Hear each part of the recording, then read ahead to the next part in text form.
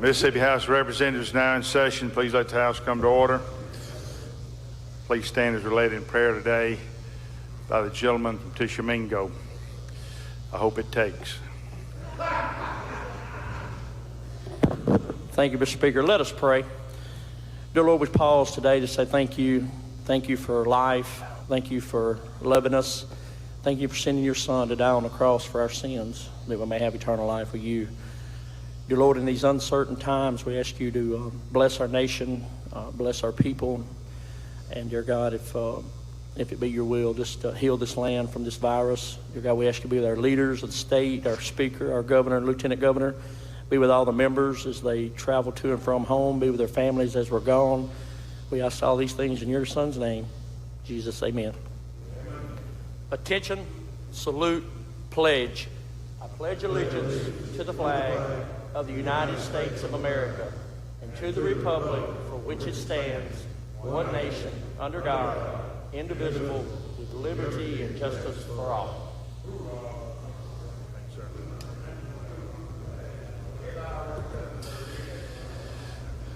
Okay, ladies and gentlemen, according to the procedure which we've decided to implement, we will mark everyone present according to morning roll call. Well, that will be the morning roll call, I should say. I know we have members dispersed throughout the Capitol, unless there's someone we know is not here. We'll have the reading of the journal. The gentleman from Rankin moves we dispense with the reading of the journal. All in favor say aye. Opposed, nay. The ayes have it. Report of select committees. We have none, Mr. Speaker. Report of standing committees. We have reports on the calendar, Mr. Speaker. Introductions of bills and constitutional amendments. The gentleman from Lauderdale, Mr. Calvin. I ask for unanimous consent to dispense with the reading of the introductions. Is there objection? Hearing none, we will do that. Resolutions, petitions, memorials, and other papers. We have none, Mr. Speaker. Thank you, Mr. Clerk. This time we'll have the introductions of guests and visitors. Lady from Hines, Ms. Foster. She passes. Okay.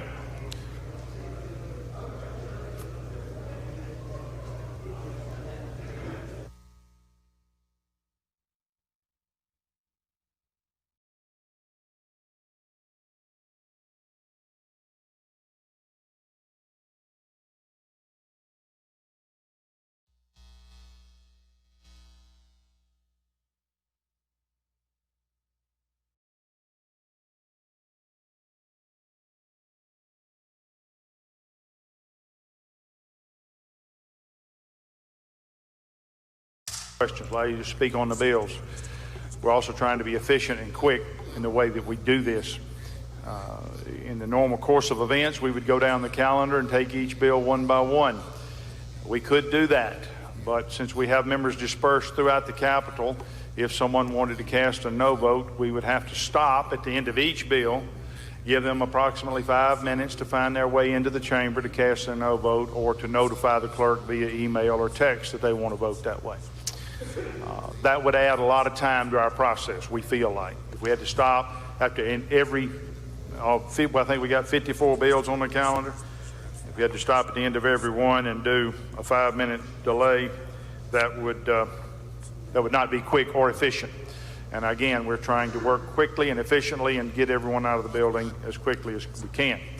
So for that reason, what we're going to try to do, and we appreciate everyone's flexibility on this, I have inquired of the leader of the Democratic caucus. I've inquired of my caucus. I have inquired of you yesterday and said, if any of you have a better idea, please come forward. No one has come forward with a better idea. So this is the way we're going to proceed, and we assume everyone is in agreement on doing that, since no one has voiced objection. What we're going to do is allow each chairman to come to the well and explain all the bills that he wishes to take up today. Now, that may leave some on the calendar for tomorrow, and that's fine. Not every chairman has to take up, or the chairman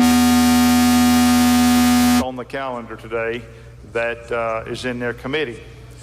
But while that chairman is at the well, we're going to allow him or her to explain the bills that they wish to take up today.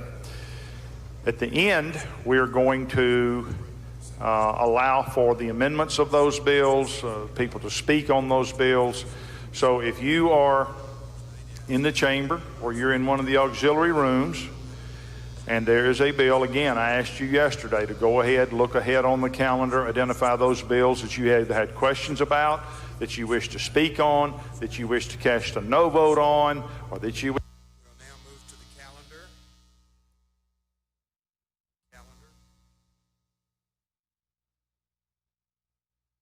We will begin with appropriations. Senator Hobson, you're recognized.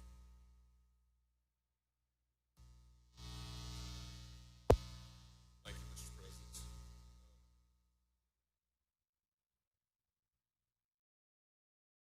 Ask that item 1 retain its place on the calendar. Item 2 and have the title read, please. Item 2. Mr. Clerk, please read the title. House Bill number 721, Rural Fire Truck Acquisition Assistance Program, authorizing additional round for counties and municipalities.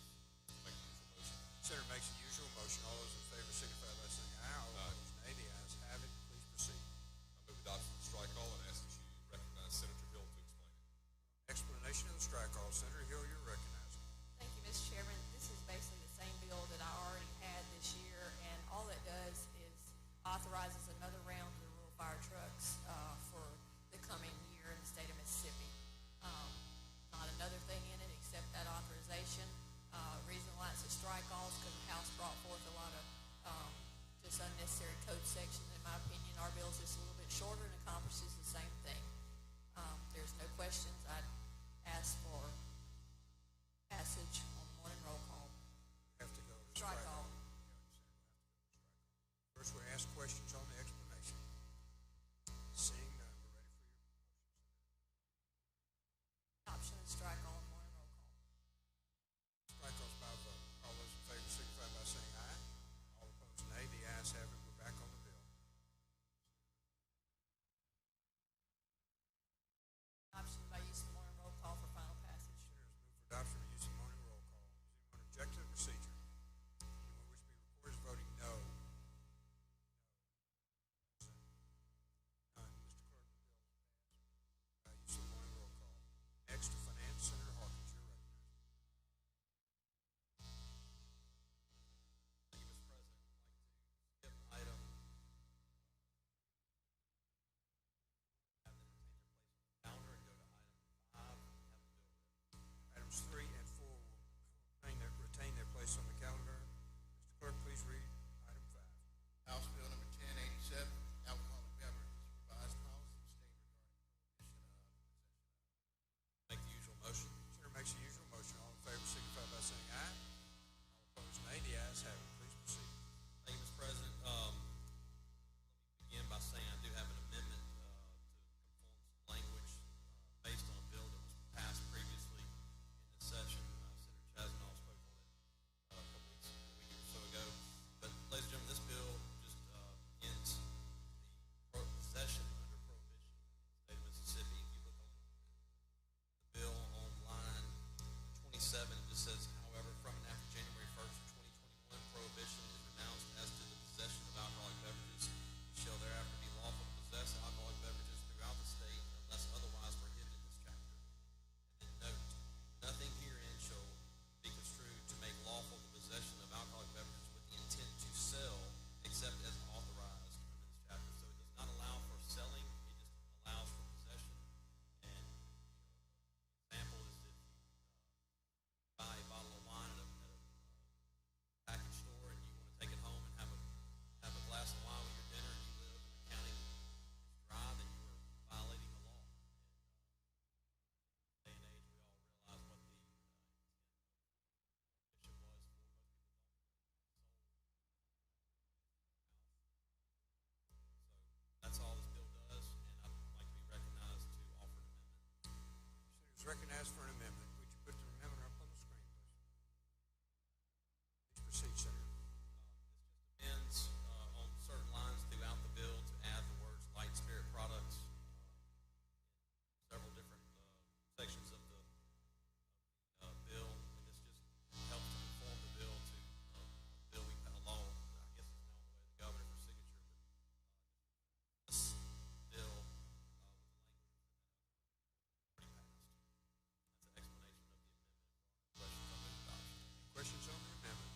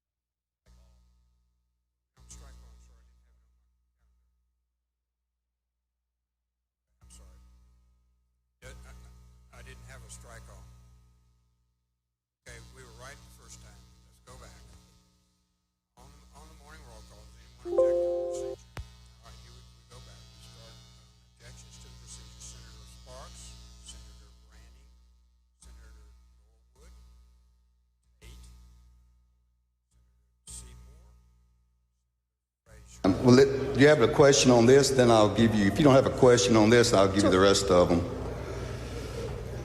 you have a question on this bill? No, sir. Okay. All right. Ladies and gentlemen, I got a little bit out of order on the previous bill. The previous bill, which we have not cast a final vote on, was a strike all. So we need to adopt that strike all. If you favor the strike all, indicate by saying aye. Opposed, nay. The ayes have it. That was item 2684. We're now on 2696. Lady from Hines, Ms. Summers, for a question. Mr. Speaker, Yes, ma'am. I want to make sure I understand the instructions. If we're taking these up as a block, these bills, and you're voting no on all of them? No, ma'am. No, Okay. ma'am. You're certainly welcome to come forward and bring your list. After this is all over? At the end of all of this, Okay. I would ask that you just put an N by the bills you want to vote no on. We're going to let Madam Clerk record those no votes at the end. Okay, thank you. The ones that we will not be taking up in a block are those that want to be amended. Okay? But you're not barred from voting no. We just need to know which ones you want to vote no on. If anybody wishes to amend a bill, however, we're going to set that outside the block. We will take those up individually. Sure. You can, I guess, you have to actually vote against them individually.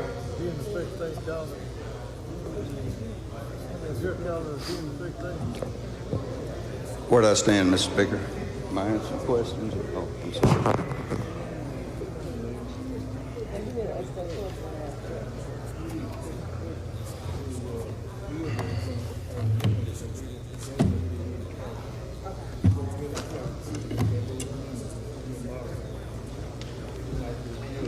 One more time.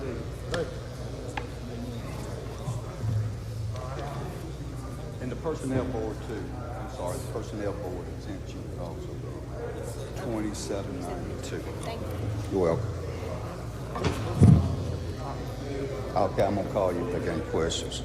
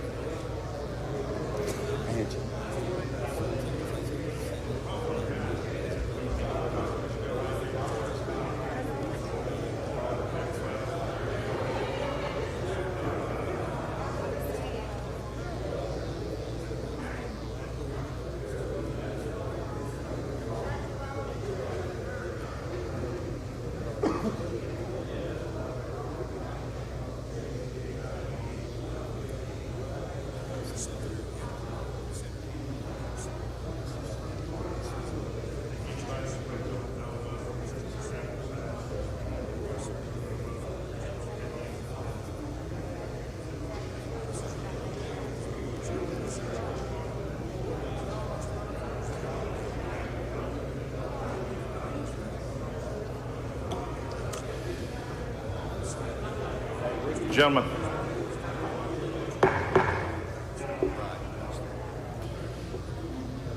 Sorry, I was having to converse with Madam Clerk there for a second on procedure.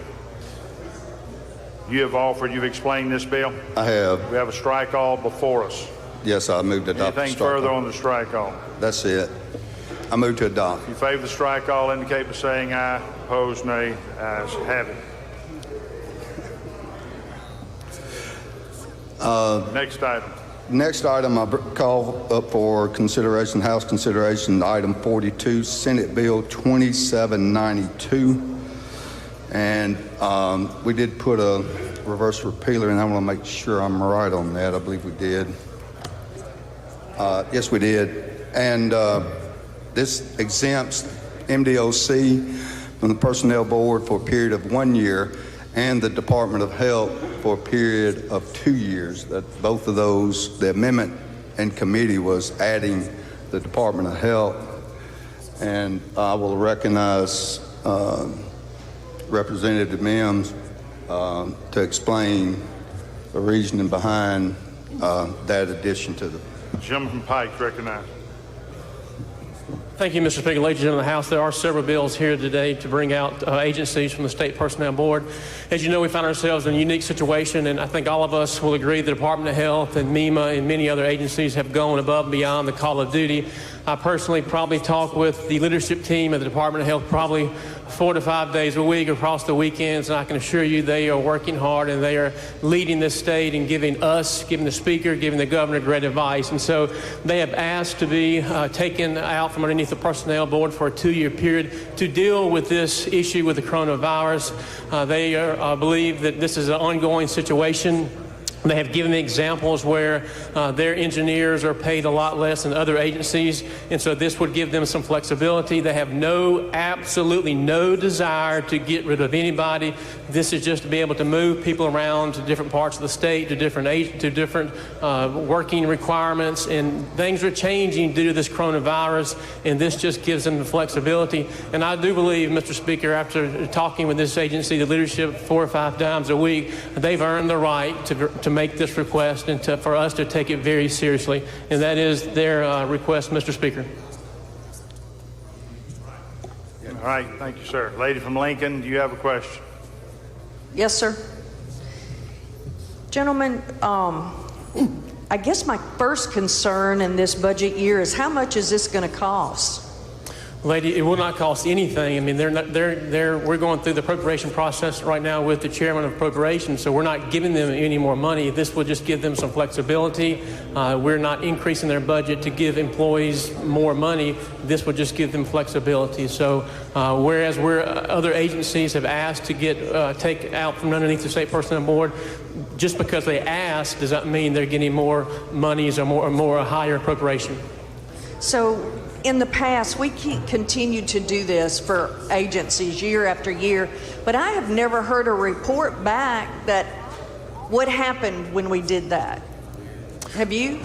Well, we obviously can request for that to happen, and so if we get to the conference report, we can make that request, and we can have a report sent back to Department of Corrections, Department of the Appropriations Committee, the Public Health Committee, and get a list of what's happened, where did employees go, and get a very detailed explanation, because I have a very detailed request from him, and I have a very detailed of a few examples of how this would affect his agency. And I'd appreciate that. My concern is we just keep doing this year after year, and I don't think any members know how'd it go. Well, lady, I would say that we did this for 2 years with Department of Human Service and CPS, and they're no longer going to be out from underneath the Personnel Board. This is the first request we've had from the Department of Health that I can remember, and so I fully expect with the new leadership at the Department of Health to see great things, and I think they will be able to send us a report. And again, I think after what I've noticed and what I'm sure many of you have seen in the last 3 months, they've earned that right to at least make the request. Thank you.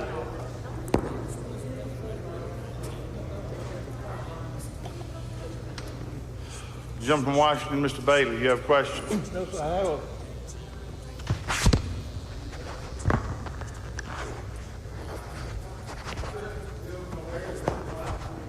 I have an inquiry of the Speaker. Yes, sir. I want to vote no on this amendment, and I know we can register no on the bill, but on this amendment, I have to vote no. Well, so I want it recorded that I voted no on this amendment as well, because if you do a voice vote, then that won't be recorded. My folk expect me to fight against taking people from out of the personnel board all the way. Procedurally, gentlemen, amendments are voice votes. So there is no record of a vote on an amendment unless a roll call is demanded, which requires 13 people to stand up. Then I request an opportunity to submit to a written statement. You can do that. You can within the journal. You can submit 100 words explaining why you voted against. You can do that. I would do that. Thank you, sir. Anything further on him? Excuse me, Jim from Jackson. Mr. Reed, you have a question? Yes, sir. Inquiry of the chairman, either one. Now here you're asking to come out from under the personnel board, and this could cost $2 million. Now I am going to, if I'm allowed to, we have 3 other bills at requesting the same thing, and the total of all that's going to be about 12, could be as much as $20 million, and we don't have it. So what would you recommend us doing? Because if we do you, we got to do them all. And that's going to put us about 20 million that I don't have. So I'm just telling y'all in the body that I think this should die. Gentlemen, I have no heartburn either way. This was a request that Commissioner Taylor, within the first week that he got appointed, he called me and I met with him. This is, yeah. I'm just letting the body know that this was something that Commissioner Taylor, I met with Commissioner Kane last night for a period of time, and he also stated that it's something he thought is critical. I'll move to table it subject to call. I don't have a problem. I don't want it to be costly, and I'll move it just. I concur with everything you said, but since that time, the bottom fell out of our economy, and there's very scarce money around, and you know that, and I know that. And if we do you, we're going to have to pass all of them, and I think it's going to be over $20 million, and I don't have it, okay? Gentlemen, this is a Senate bill, came out, the amendment was made. I moved. I don't have a problem with your position, and I understand it. I will move at this time to table it subject to call, Mr. Speaker. Okay, motion is to lay the bill on the table subject to call. All in favor say aye. Opposed, nay. Ayes have it. The bill is laid on the table subject to call. Anything further, gentlemen? Yes, sir. I have one more item. I believe item number 43, which is a strike all. I move with usual motions and move to adopt the strike all at the appropriate time. Chairman calls the bill up, moves the rules to be suspended. Bill considered and gross read the third time, placed on final passage. All in favor say aye. Opposed, nay. The ayes have it. Gentleman's recognized. Thank you, Mr. Speaker. What this bill does, we had House Bill 1376 that brought forward a number of code sections regarding qualifications, things of that nature with the Department of Corrections, and also increased transitional housing from 100 beds to 800 beds for reentry purposes. And that bill passed, I believe, this chamber with maybe 3 or 4 dissenting votes, maybe a few more. But that's what the strike all does, puts our 1376 language in there. And it also includes the Senate language that authorizes a judge to, under our 585 legislation, the current law is if a judge has passed away, the senior judge has to hear petitions for consideration. What this bill does is allow the senior judge or any other judge in the district to consider it. Normally how that goes, the senior judge would assign those petitions to other judges within the circuit court district. That's the explanation of the bill. Questions? Of the strike call, I'm sorry.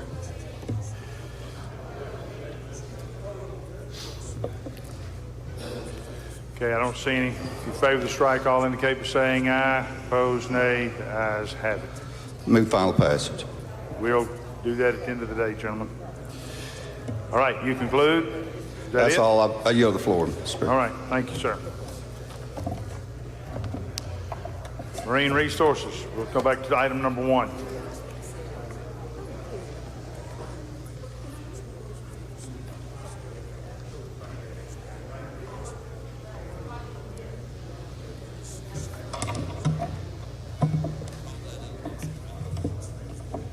You recognize, gentlemen. Thank you, Mr. Speaker. Ladies and gentlemen, this is Senate Bill 2720, and I think we got to adopt a strike all, right? Okay, gentleman calls the bill up, moves the rules to be suspended. Bill considered and gross read the third time, placed on final passage. All in favor say aye. Opposed, nay. The ayes have it. Gentleman's recognized. Thank you, Present Mr. strike-off. Speaker. Sorry about that. I thought we were past that point, but the strike all, what it does is put the House language into this Senate bill. This is the Cat Island bill that puts a half-mile buffer around Cat Island to protect fishery and habitat. What this will do is all other islands in the Mississippi waters out there have that half-mile buffer around them. This will bring Cat Island into the same class with them and put that buffer around Cat. And that's an explanation of the strike-off.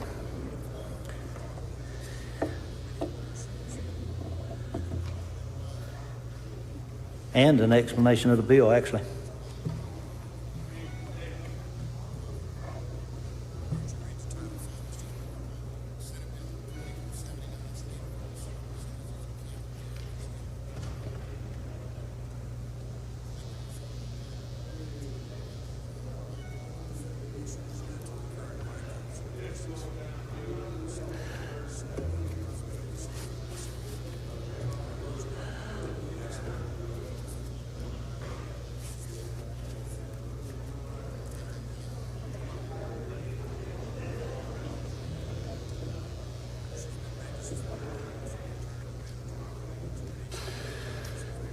Okay, any questions on the strike-all?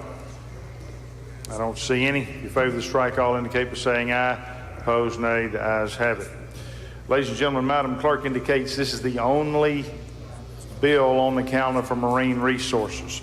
She wishes to cast votes on this bill right now and go ahead and get it off the block and off the calendar. So we're going to pause for 3 minutes. We're going to let those who are in the auxiliary rooms to notify Mr. Clerk that you wish to vote no.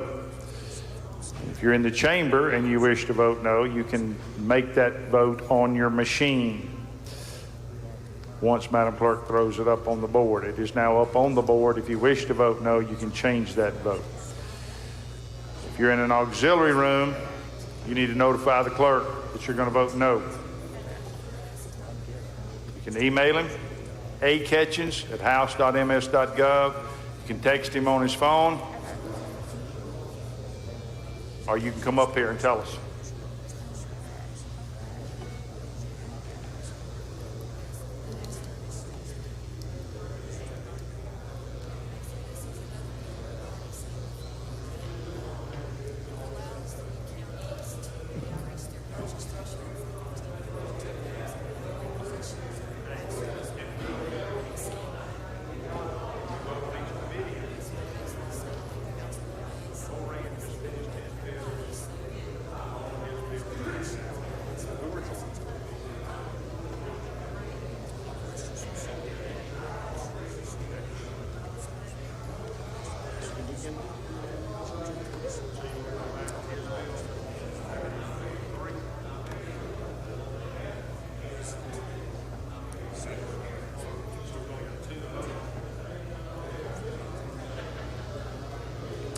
All right, ladies and gentlemen, while we wait, if I could have your attention. Madam Clerk has requested us to modify the way we're doing this. She's requested that we vote on each committee as a block. So as each chairman finishes his bills, we're going to vote on those bills. So we'll go back, once we finish this, we'll go back to those corrections bills that we just handled, and we'll vote on those three. So in light of that, if you're wishing to vote no on one of those three correction bills, now's the time for you to notify us of that fact. You need to let us know there too. We'll put those up on the board. For those of you in the chamber, you can change your votes once it's put up. But for those in the auxiliary rooms, you need to be letting us know if you're going to vote no on any of those three corrections bills that we just took up. We'll give you another minute or so to record your no votes on this bill, 2720.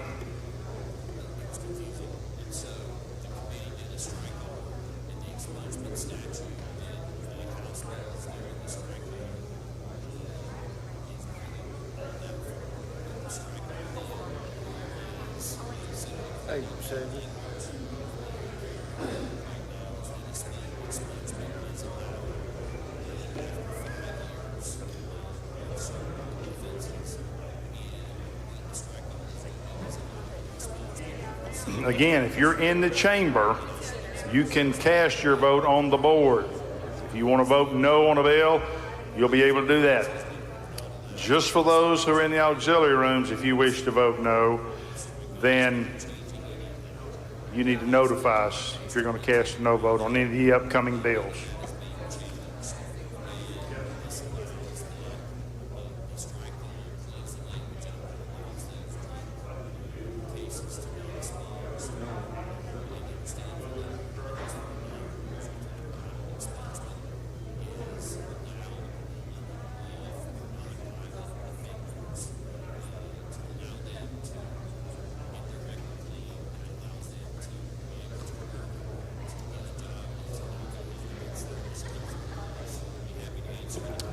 All right. Close the machine, Madam Clerk. On Senate Bill 2720, the vote is 114 yeas and 5 nays. Bill passes. Now we will return to the corrections bills that were presented, Madam Clerk.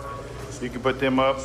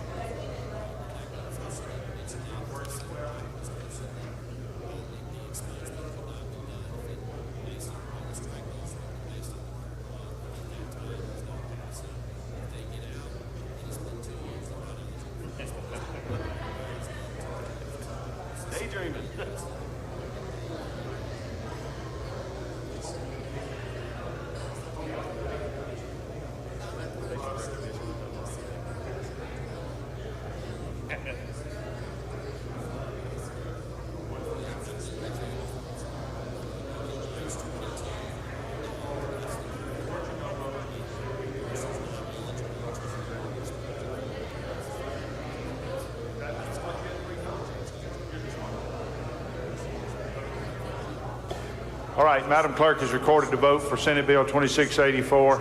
Close the machine, Madam Clerk. Of 118 yeas and 1 nay. The bill passes. Next item, Madam Clerk.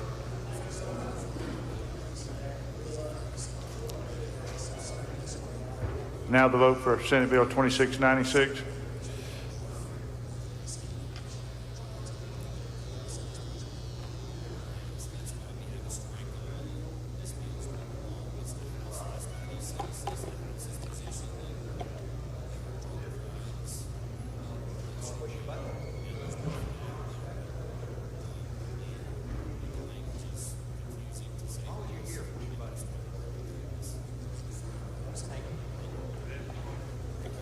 Close the machine, Madam Clerk.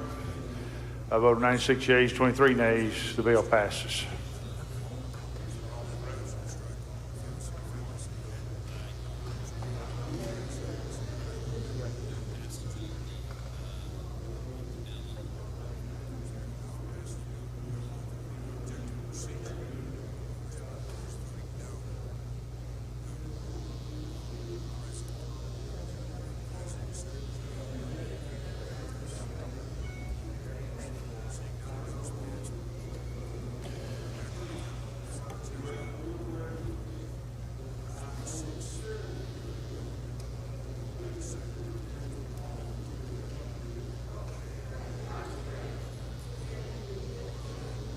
All right.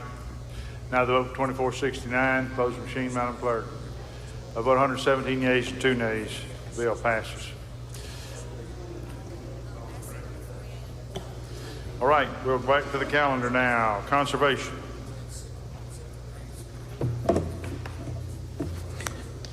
Thank you, Mr. Speaker. If I could go to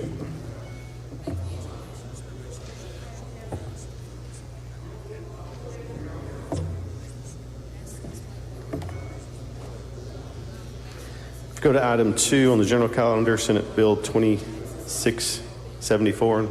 Gentleman calls the bill up, moves that the rules be suspended. Bill considered and gross read the third time, placed on final passage. All in favor say aye. Opposed, nay. The ayes have it. Gentleman's recognized. Thank you, Mr. Speaker. Ladies and gentlemen of the House, this bill comes to us from the Rural Water Association on behalf of rural water systems around the state. Many of them are volunteers and your neighbors and have full-time jobs and serve the community water system to better their communities and the quality of water in those communities. Senate Bill 2674 changes management training to allow training from the Mississippi Department of Health. The additional training in this bill requires 2 officers of each board to complete 4 hours of updated and advanced training within a 4-year period. Water systems can be pretty complicated, so it is incumbent upon the people that manage those rural water systems to have the knowledge to provide safe drinking water to the people that they serve. It also provides that if one of the additional training requires 2 officers of each board to complete 4 hours of updated advanced training within a 4-year period. A good friend of mine manages rural water systems, and he says this is needed, again, to get the proper education to those people guiding and leading those rural water systems. It also provides that if one of the officers is not able to attend the training, they can appoint one of the elected board members to attend in their place, so somebody in the organization has the knowledge that they need. The training requires updated regulatory rules and regs, an in-depth look at Mississippi Nonprofit Corporation Act, any updated information that would aid them in making decisions for their utility system. Mr. Speaker, that's a brief explanation of the bill.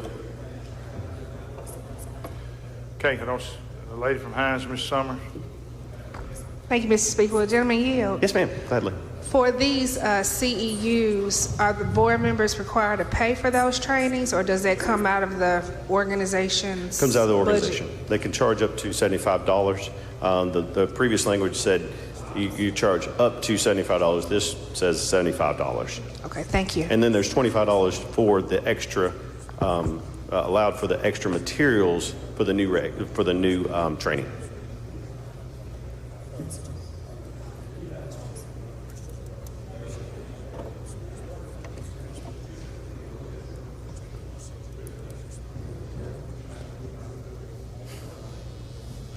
Gentleman from DeSoto, Mr. Eubanks. Thank you, Mr. Speaker. Will the gentleman yield? Sure. Yes, sir.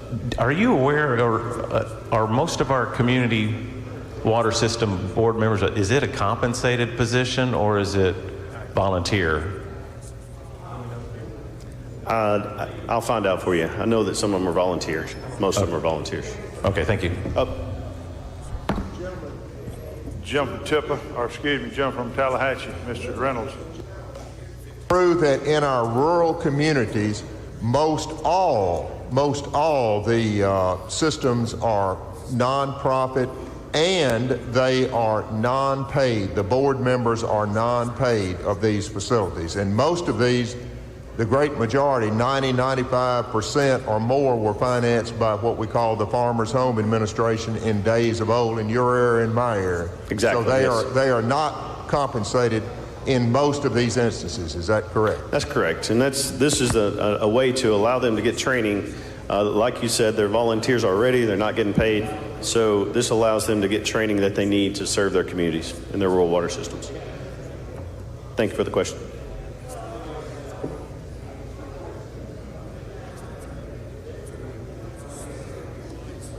Mr. Speaker, I do have an amendment as well. We were wondering about that, gentlemen. What Madam the Clerk and I were talking about. Appreciate you offering it. Okay. The amendment, it basically deletes lines 32 through 36 just because it's redundant language. That, what the Senate added on lines 32 through 36 is already covered in existing law on lines 12 through 15. So basically they just added language saying that you have to do the training again. So we just deleted that redundant language. It's already in the law. Again, deleting lines 32 through 36 because it's already stated on lines 12 through 15. Questions, gentleman from Hines, Mr. Brown. Gentleman Yield. Yes, sir. Mr. Chairman, I'm just concerned about why would these rural water water works commissioners need continuous education. We realize that a lot of agencies are going to that, but rural water commissioners, why would they need continuous education? Is that a mandate from the government, the federal government, or state government, or what? No, like the gentleman in Tallahatchie said, a lot of these folks are volunteers and they're trying to serve their community, so they need to understand how those rural water systems work more efficiently to be able to provide the best water that they can. Well, wouldn't they have some kind of qualification requirements before they get on the commission to have at least an aptitude to do that job? They're volunteers. So it's just your neighbors and friends trying to make their communities better. Much like a rural fire department or others. Would it cause a little hardship perhaps on some of them in these rural areas? To take these continuous ed courses, I mean. Sometimes they may be on the Gulf Coast, or they may be in Memphis. Most of it is materials that they can buy themselves and be inside, so they don't have to travel. Thank you. Thank you, sir. Thank you for the question.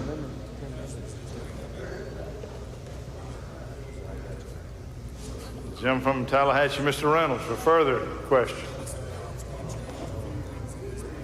Hang on, gentlemen. We got to get your mic turned on.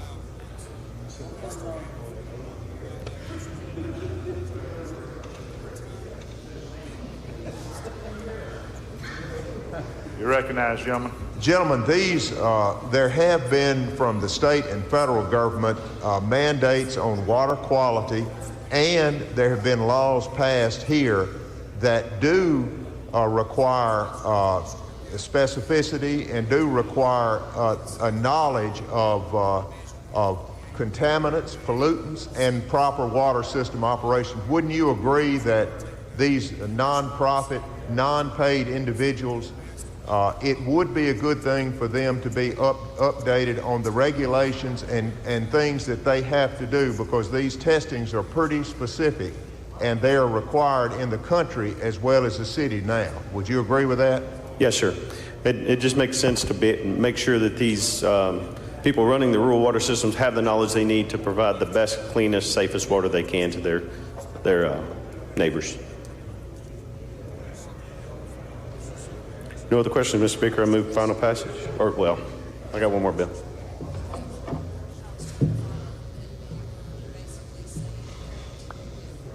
Gentleman from Fayette, Mr. Williams. Thank you, Mr. Speaker. Just to clarify, most of them are rural, most of them are non-paid, most of them are non-profit. I'm just trying to figure out what the recourse is to the person drinking the water if it's bad. If it is a paid, there could be a monetary penalty. But if they are found outside of the guidelines set forth, what is the penalty? What price do they pay?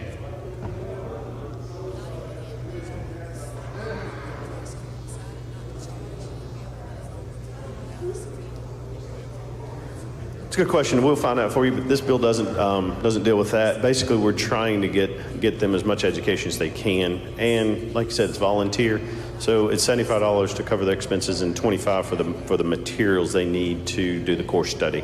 Absolutely. So, but I'll find out for you. Thank you for the Education is a good thing. Yeah. Especially when you're talking about on this topic. I was just wondering what the penalty was. Thank you. Especially talking about clean water. Yeah.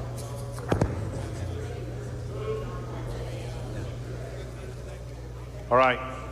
Question occurs on amendment number 1. If you favor the amendment, indicate by saying aye. Opposed, nay. The ayes have it. Anything further on the bill? No, sir. I do have one more bill, Mr. Speaker. Okay. Well, let me pause here. Ladies and gentlemen, my objective in deviating from our normal procedure was to try to get through this calendar quickly and try to get you out of the building quickly. Madam Clerk and I have been in constant communications since we've started this process. That proposal only works if everybody is voting for a bill. If we have one no vote, then Madam Clerk has to set the entire bill aside by the computer, and she has to deal with that one individually. So my hope and my plan, maybe my assumption, which is now been proven incorrect, was that we would have everybody voting yes on the bills. But we are continuing to receive lots of no votes on different bills. And as I said, one no vote causes the bill to have to be set aside and voted on separately. So in order to, it appears that our proposal just is not going to work because we're getting too many no votes, not only from you, but people in the auxiliary rooms. So we're just going to have to return to our normal procedure, and we're going to have to pause at the end of every bill and wait approximately 3 minutes and let those who are in the auxiliary rooms notify us of their desire to vote no. I don't know of any other way to do it, ladies and gentlemen. I'm sorry for that. It was my desire to try to get through the calendar as quickly as possible and allow you the opportunity to still engage in the process. But Madam Clerk is having great difficulty handling these bills on the computer because of no votes. So I don't know any other way to do it. We just had to go back to our normal process. I'm going to wait 3 minutes. For those of you who are not in the chamber, I need for you to look ahead on the calendar and notify us as quickly as possible of any bill that you want to vote no on. I want to give everyone an opportunity to cast their vote. I want to give everybody an opportunity to offer amendments and ask questions. But this has just not worked because we continue to get no votes. So that's what we're going to do. So we're going to vote on this bill, 2674. We're going to vote on it right now. I'm going to pause for 3 minutes, and I'm going to let those in the auxiliary room, if you have a no vote, then let us know.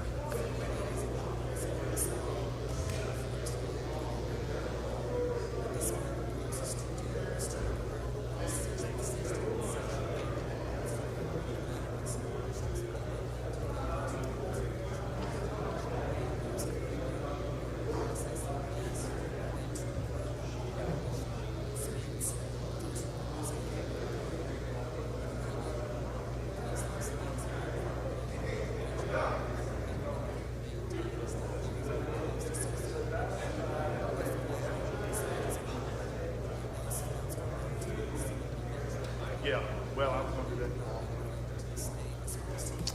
All right, close the machine, Madam Clerk.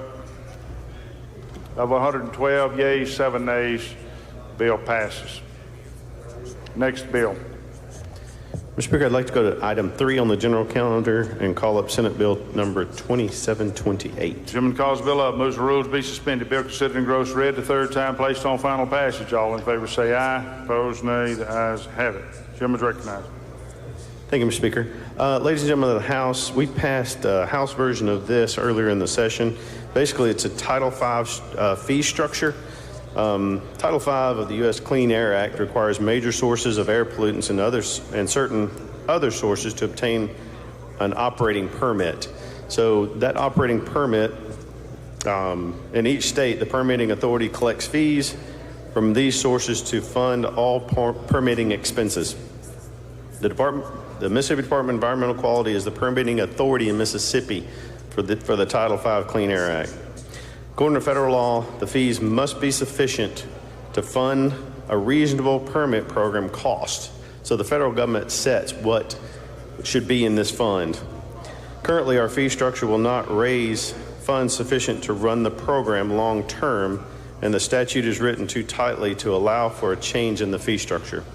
So basically, our factories that are under Title V are doing such a good job that they're not polluting, so they can't charge the fee to satisfy the federal government to operate the permitting service.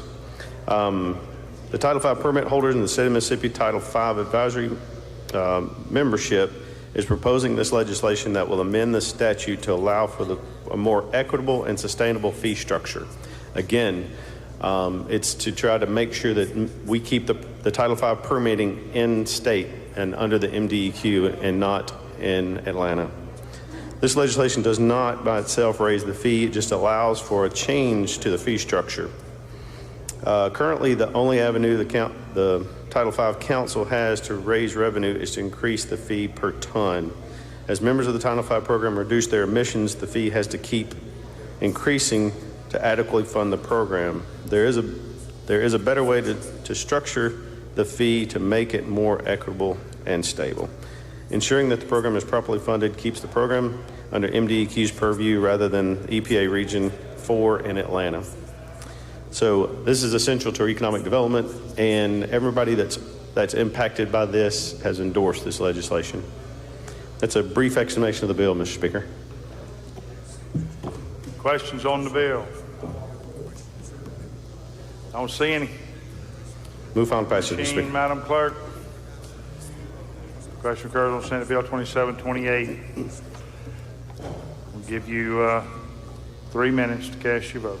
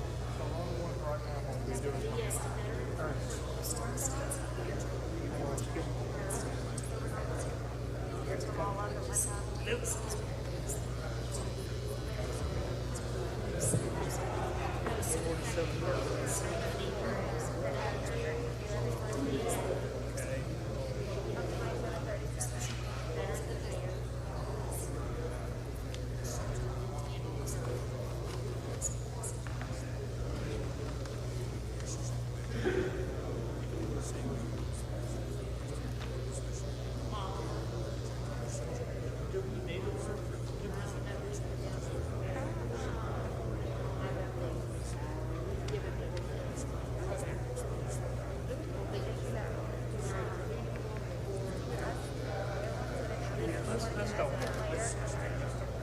I do want the other. Because I checked again, and we can put that money in their corporation.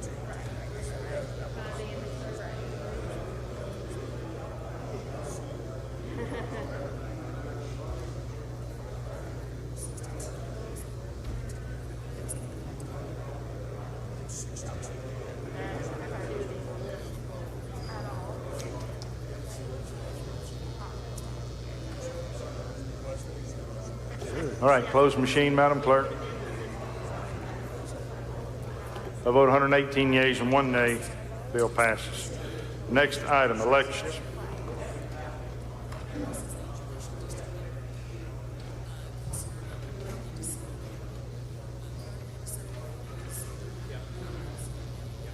Mr. Chairman. Sorry, Mr. Speaker. Thank you very much. I'm going to pass item 4 and go to item 5, Senate Bill 2737. Call it up, make use of motion. Chairman calls the bill up, moves the rules be suspended. Bill considered in gross read the third time placed on final passage. All in favor say aye. Opposed, nay. The ayes have it. Chairman recognizes. All right. This bill does one very simple thing. It just makes marking election ballots. It deletes the option of using indelible pencils to mark the ballots. Secretary of State's office was hoping that we make this change and just you will not have something that can be erased and somebody could change a ballot. And so that's the purpose of the bill, Mr. Speaker. Questions on the bill? Lady from Hines, Ms. Summer. Mr. Speaker, I have an amendment to offer at the proper time. All right. Any other question? I don't see any. Recognize the lady for her amendment. Do you have a question or amendment? Amendment. Okay.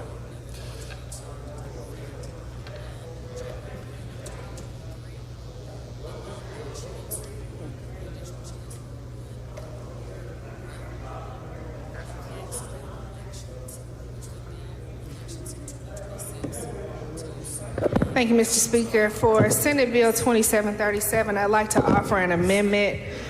If I could have the Madam Clerk read the amendment, please. Madam Clerk, you recognize, read the amendment. Amendment number 1 by Representative Summers. Amend by inserting the following language after line 65 as the new section 3 and renumbering the succeeding sections. Notwithstanding any other provision of law to the contrary, at any election, a qualified voter may vote by an absentee ballot for any reason. The Secretary of State shall promulgate rules and regulations as necessary to implement the provisions of this section. Amend the title to conform. Thank you, Madam Clerk. So essentially what this amendment would do is to allow any voter to vote by absentee without having to provide a reason for wanting to vote by absentee. You all know that we're dealing with some challenging times during this coronavirus, and we want to make sure that every Mississippian who can vote has an opportunity to vote without the anxiety or fear of having to stand in line and go to a precinct or vote in person at the circuit clerk's office.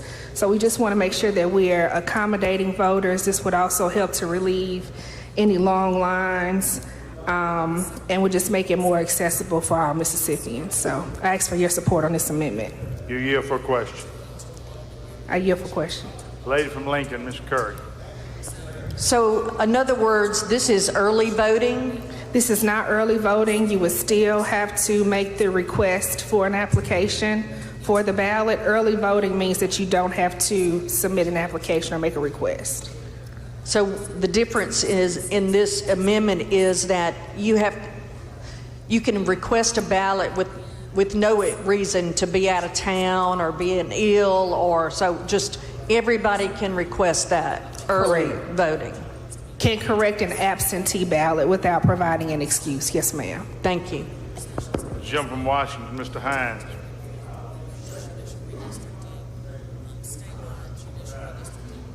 Thank you, Mr. Speaker. Gentlelady Yield. Yes, sir. Are you aware of what took place during the elections over in Georgia, where they had the long lines and people were trying to vote, and then there was a spike in this COVID-19 stuff. Were you aware of that? Yes, sir, I am. And would that not help alleviate some of those concerns about people being bunched up like that and the spread of the virus? Absolutely, it would. And so there's no confusion. This is not early voting. This is just the standards of absentee ballot that's already in place. It just alleviates the excuse. Correct. It eliminates the requirement for an excuse. Okay, so they would get the same opportunity as somebody who's a college student or in the military or who had to be out of town for some court calls or something like that. Get them the same opportunity. Correct. That's correct. Okay, so it's nothing brand new. It's just opening up an opportunity for more people to have access. Is That's that correct? Okay, thank you. Gentleman DeSoto, Mr. Criswell. Thank you, Mr. Speaker. Will the lady yield? Yes, sir. So I guess my concern on this, and you tell me if I'm correct, I've always heard that our absentee ballots are probably the area that we have the most concern of fraud and wrong votes, bad votes. Does your amendment address that? How we can, I mean, if we're going to expand it to more people, does your amendment address how we can address that and try to limit that? Well, first of all, the argument of fraud is not proven in any data that we've seen, so that's actually not taking place. My amendment does not address that particular concern. However, there's another bill that's coming over from the Senate that's going to alleviate any errors that deal with absentee ballot. For example, absentee ballots will now stay at the circuit clerk's office if we concur with that bill. That will help to reduce some errors. And also the signature on the back of the ballot, on the back of the envelope flap, has been eliminated, which will also alleviate another error that we typically see with absentee balloting. So your amendment is going to significantly expand the number of these, but I guess in your estimation, then that Senate bill would, but I guess along that line, my concern would be, are our clerks going to be able to handle this additional work and all of that additional paperwork from all these new ballots? So in that Senate bill that I just referenced, they have included language in there that establishes an absentee ballot committee. So circuit clerks are preparing to have an extra set of hands to process those absentee ballots. Okay, thank you. And one more question. I just want to make clear, because you talked about the COVID issue. Does your amendment, is this only this election cycle, or would this be a permanent? This would be... Lady's time has expired on her amendment. I recognize the chairman to respond.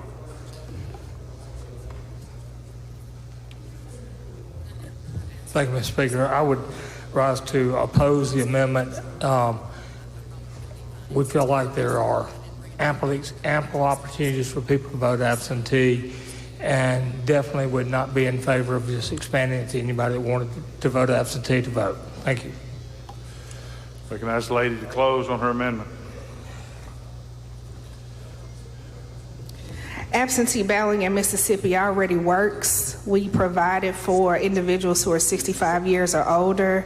We provide it for individuals who are in the military, for those who have a permanent disability and a temporary disability. We know what we're dealing with this coronavirus, which is why we have our members spread all over the Capitol. We should provide the same opportunities to other Mississippians who want to vote by absentee because they have an issue with COVID, and this would provide the opportunity for them to do that. Thank you. I ask for your support on the amendment. Gentleman from Holmes, you have a question? Do you yield for a question, lady? Yes. Thank you. Lady, yeah. Yes, sir. Lady, I was over there thinking about your amendment. I'm giving you a hypothetical. 2 days before the election, I go to the doctor not feeling well. They swipe my nose, tell me quarantine 3 days until my results come back, which is the common practice right now if someone is suspected of having COVID. Right now, under present law, would that be considered a disability so I could vote under President absentee voting? No, it is not. So I have two choices. Go to the polls and expose everybody standing in line, everybody working in the polls, and vote, or I stay home and be denied my constitutional right. That's my understanding on the present law, what the case would be. Am I correct? That's my understanding as well, sir. Thank you, lady. I think you have a good amendment.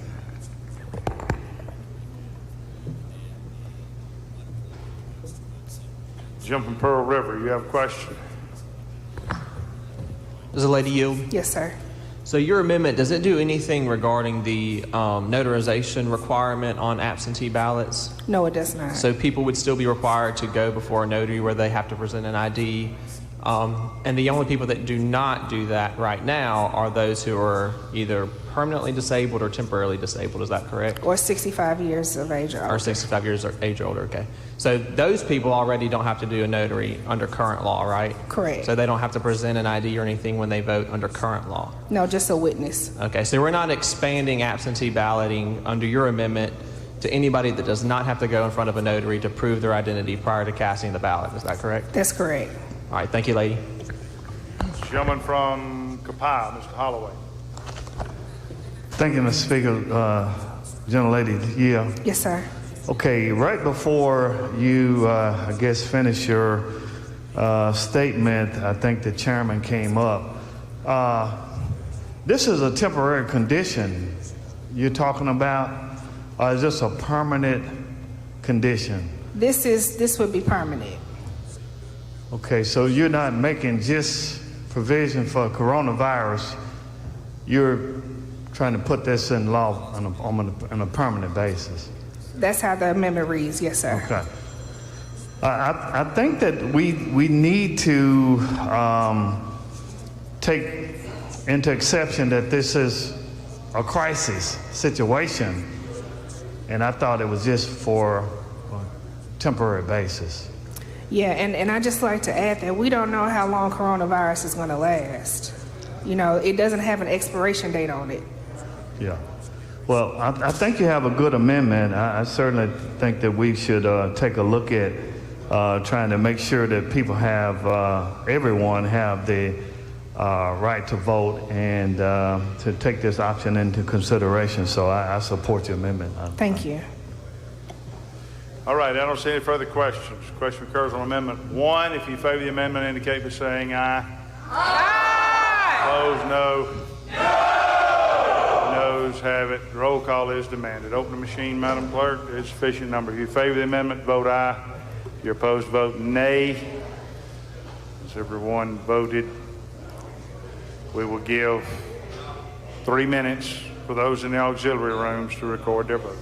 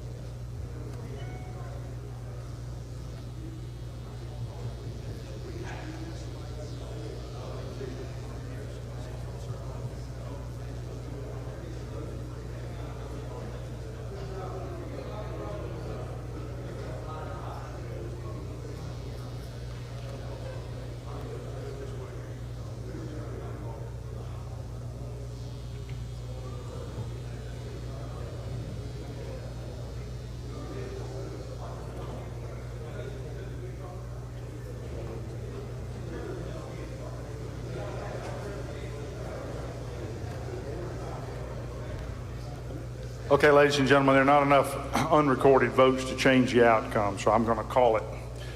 Close machine, Madam Clerk. By a vote of 48 yeas, 65 nays, the amendment fails. The lady from Jones had an amendment she wished to offer.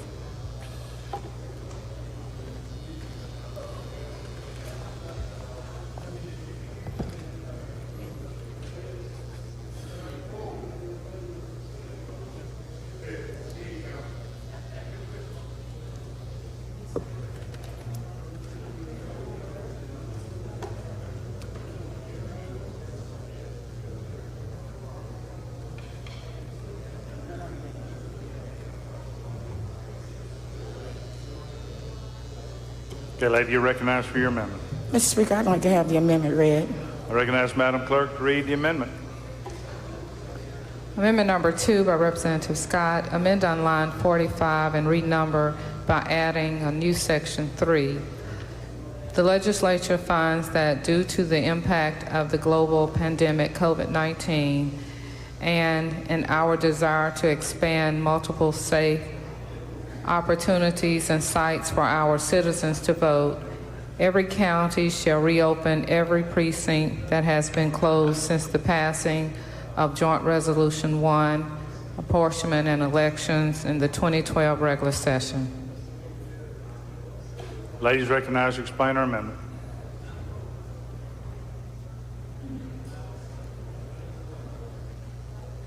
Oh, there's more on the back. I'm sorry. The Secretary of State shall provide the additional funding needs to effectuate this change.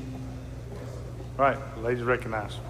Thank you so much, Mr. Speaker. Ladies and gentlemen of the House, what this amendment does is that in 2012, as you know, we passed a joint resolution to redistrict all of our districts. And all of the precincts were approved, and all of those went to the Justice Department. But since that time, in many of our counties, we have had a lot of our polling places that have been closed. What this amendment does is that it says that the county will go back to the polling places that were open in 2012. And what that does is that allows for you not to have a whole lot of people standing and waiting. And the only thing that the circuit clerk has to do is to provide the polling book for those precincts, because they would have been gone into the one precinct. And that would give people multiple places that they can go and vote. And then they won't be, you know, this is November the 3rd. We don't know if it's going to be cold, raining, or what. And they'll have to social distance and all of that. And what this amendment will do is allow for these precincts that this body has voted for, that the Justice Department approved in 2012, to be reopened. And then what the Secretary of State would do is that he would provide, just like he's going to be doing under the COVID, whatever the necessary things that are needed for these precincts, he would provide that, because he's right now has to provide that for the existing precincts. So this is not anything out of his jurisdiction. So I would ask that you would adopt this amendment. All right, I recognize the chairman to respond. Mr. Speaker, I would ask that we oppose the amendment. There would be a great deal of expense to the counties if it was done. Some of this would be reimbursed by the Secretary of State, I'm sure. Some of it would not be reimbursed by the Secretary of State. It could have an impact on our on redistricting as it comes up for the counties and for the state, and could be unforeseen problems down the road. And I just ask that you oppose the amendment. Thank you. Okay, I recognize the lady to close on her amendment. Ladies and gentlemen of the House, the United States of America appropriated dollars to the Secretary of State to effectuate our elections, taking under consideration that we were in a pandemic situation. And that is the reason why the dollars were escalated to under his authority to address this. This is not going to be costing the counties anything else. And just so you will know, and I hope the gentleman, would understand this, these precincts have already been opened. Some of you, not all of you, but many of you in here voted for these precincts in 2012. So we're not opening new precincts. You are opening precincts that someone has chosen to close. And you're opening them because you find that the impact of the global pandemic, COVID-19, we want to make sure in our desire that we expand multiple safe opportunities and sites for our citizens to be able to vote. So that is what this amendment is doing. It is not opening up a whole lot of more precincts. It goes on to say, in Joint Resolution 1 of the Apportionment and Elections Bill in 2012 of the regular session, what you passed, So you can't have any additional precincts other than the ones that you have passed. Now, let me just say, in my city where I live, there would be 6 precincts opened in my district. That's all, in the city that I live. I don't represent any of the county that would have had a precinct that was closed. I do have 2 precincts in Jasper County that's in the county that was closed. I do have 2 in Clark County. I don't know what you have, but there are many of you who know that you have had precincts that closed in your county. And the only thing you're trying to do is to provide a safe situation for your constituents to be able to vote. So I would ask that you would adopt this amendment. It can go through the process. I don't think it's going to be any additional funds, but if the Secretary of State puts his full faith and authority and says that it would be, then they can take it out in conference. But we need to try to do something, I think, to make sure that we provide a safe environment for our citizens to be able to vote. And let me just say this, and I'm on my way to my seat. All of us who are African American who are being dying and sick from this, we know that this will help us in this social distancing and having the opportunity to vote and not feel like we are being suppressed from the vote because we're afraid to get out. Now, in Mississippi, you saw the New York Times article. We're #1 in deaths.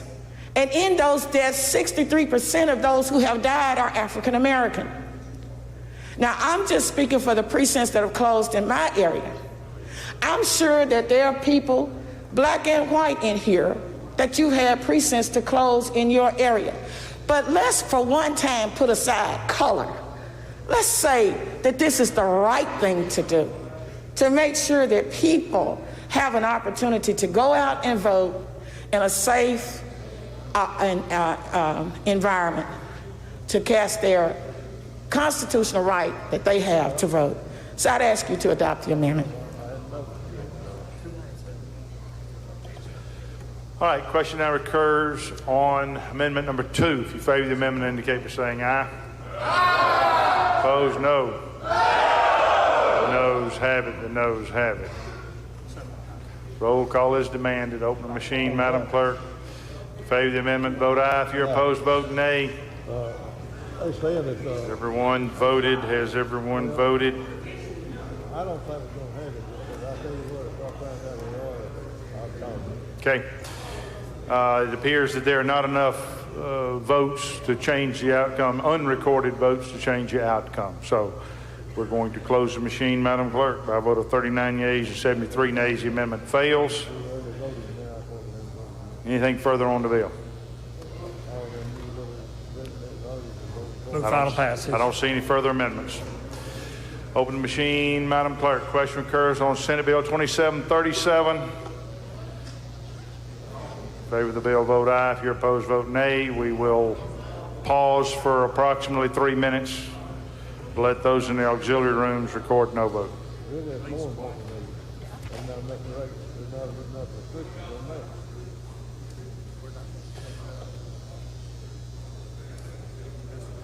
Hey, I'm ready to see it. Y'all doing okay?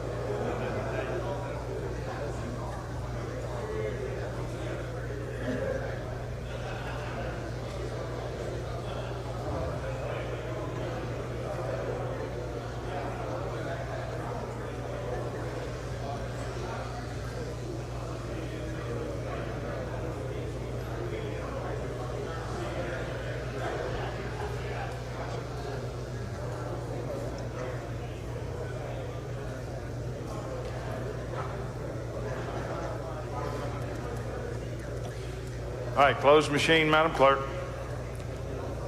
I vote 119 yeas, 0 nays. The bill passes. All right, announcements, Mr. Clerk. Announcements, Madam Clerk. Any announcements by the members before we break for lunch? I don't see any.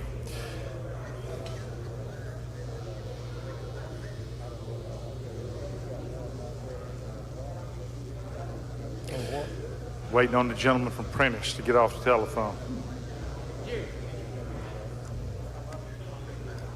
No. All right, gentleman from Lauderdale, please give me a motion to recess to 2 o'clock. Mr. Speaker, I ask this House to stay recessed till 2 o'clock. Heard the motion. All in favor say aye. Opposed, nay. The ayes have it. House in recess till 2 o'clock.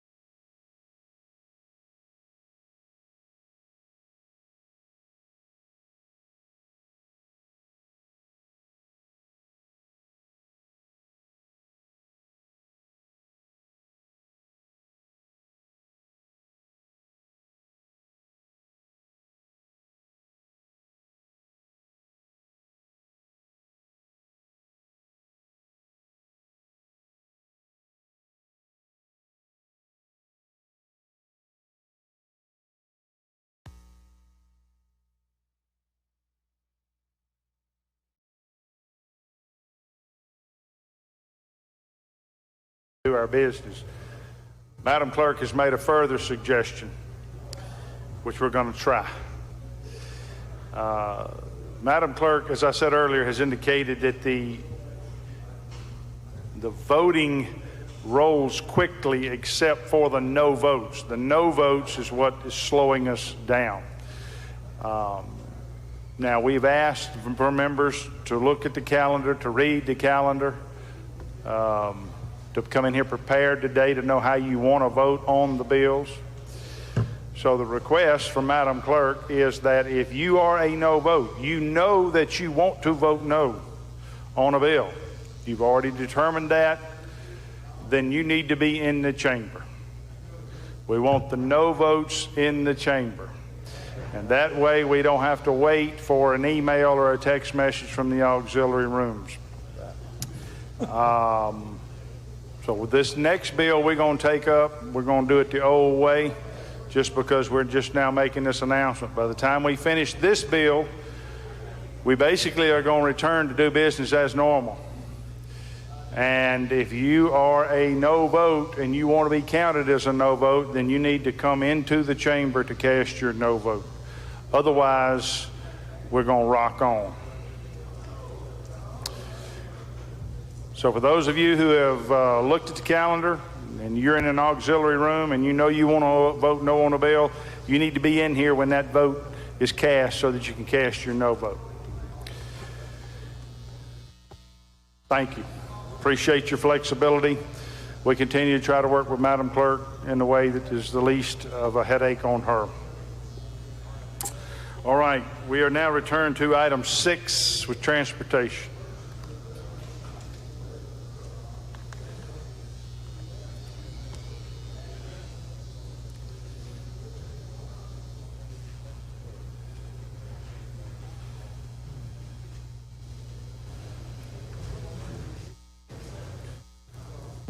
Thank you, Mr. Speaker. Item 6, Senate Bill 2660. Call up, make the usual motion. Gentleman calls the bill up, moves that the rules be suspended. Bill considered and gross read the third time, placed on final passage. All in favor say aye. Opposed, nay. The ayes have it. Ladies and gentlemen, this is a bill that allow law enforcement officers to escort superload vehicles and charge them a fee for it. Companion bill in the House was 1456.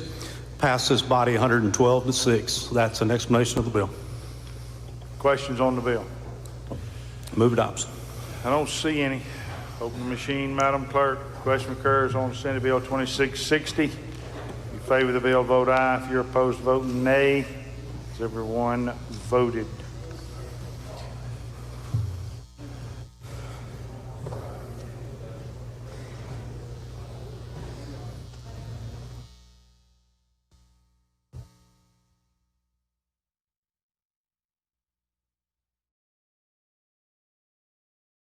Close the machine, Madam Clerk.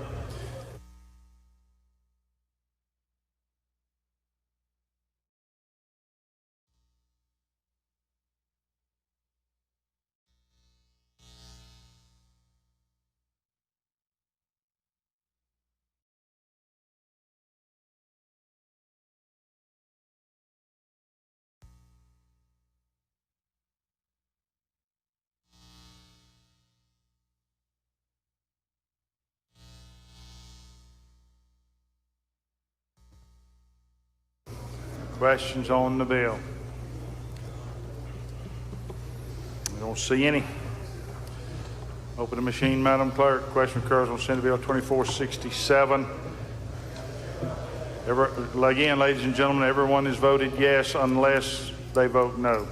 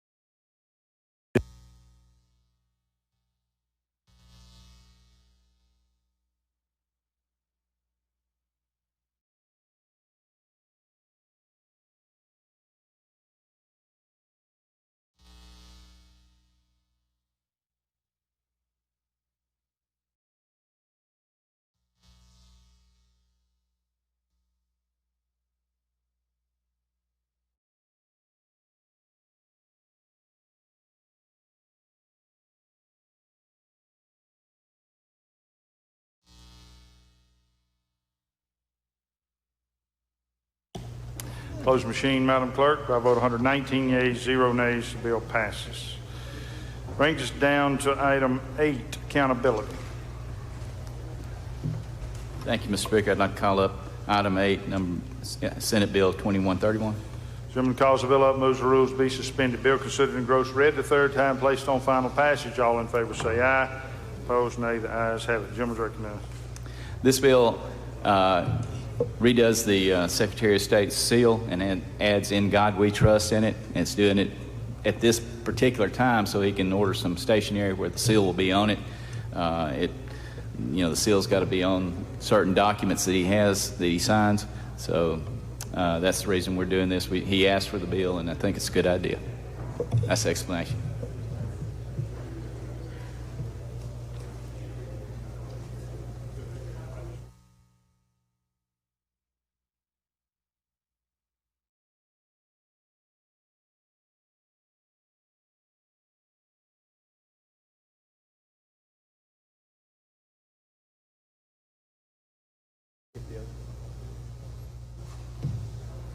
Close the machine, Madam Clerk. By a vote of 117 yeas, 0 nays, bill passes.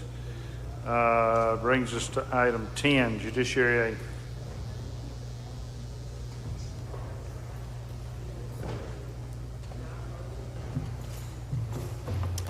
Thank you, Mr. Speaker. I'd like to go to item number 10, call it up, Senate Bill number 2850.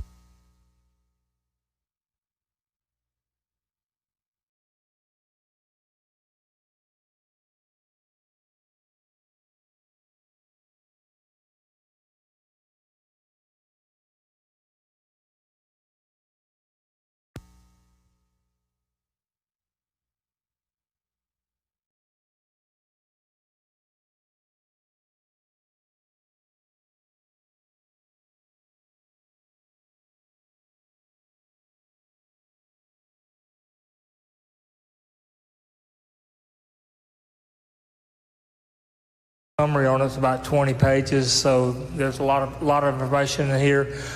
A lot of it is just kind of redundant. It was already in the code.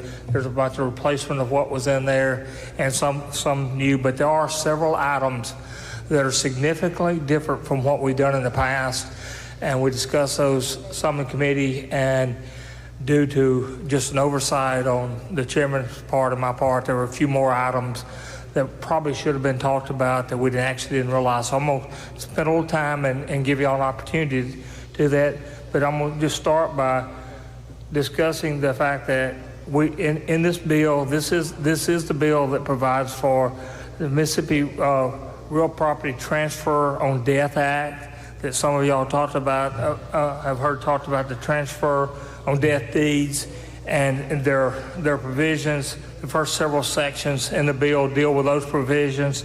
There's also a section of the bill that deals with the Uniform Estate Tax, Act of 2003, and that's some replacement of some old law that was already on the books and modernizes that some, and provides some change on that. The current version of the Uniform Estate Tax Apportionment Act recognizes all the changes that have been made over the years that the people have been using in their practice and things that they've done, and provides detailed provisions for the apportionment of state taxes and of a decedent's will and revocable trust. Should be something that provides some certainty and some clarity to people that are working in this area, so that when they know what they're doing for their clients, that's exactly what happens, and eliminate some of that guesswork.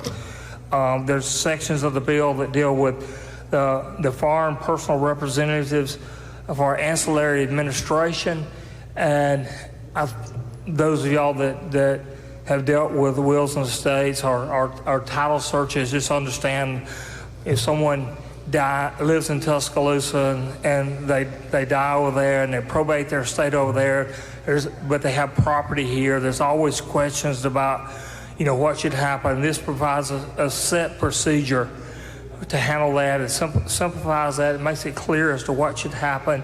So it should help make it clear for those checking ownership of property who you need to deal with, who you can deal with, those type of provisions.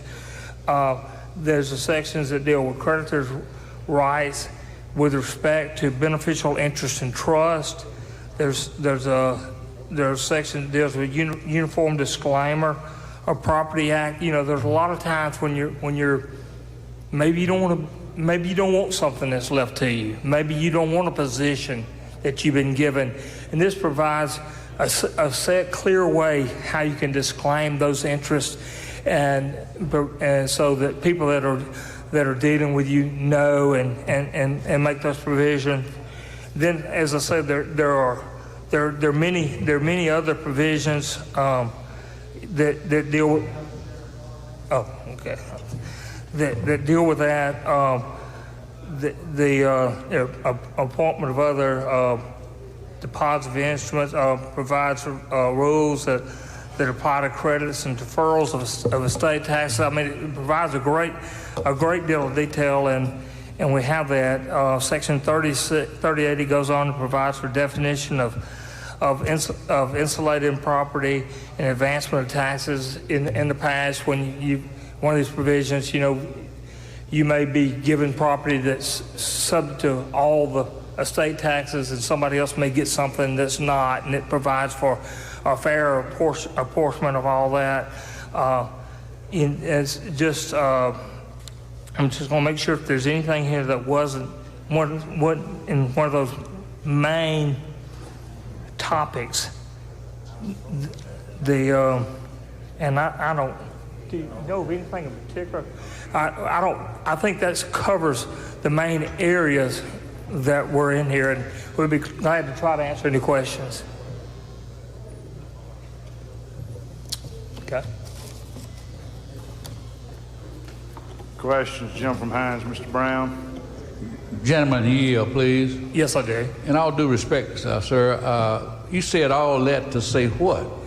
You said it was. There are about 5 different. There are about but 4 or 5 different things it does. I think you're more confused us than helped us with. All right. Well, the simple explanation you said that you. I'm not sure there is a simple explanation, but if you don't deal with it on a regular basis, I know there won't be. But one of the things it does is,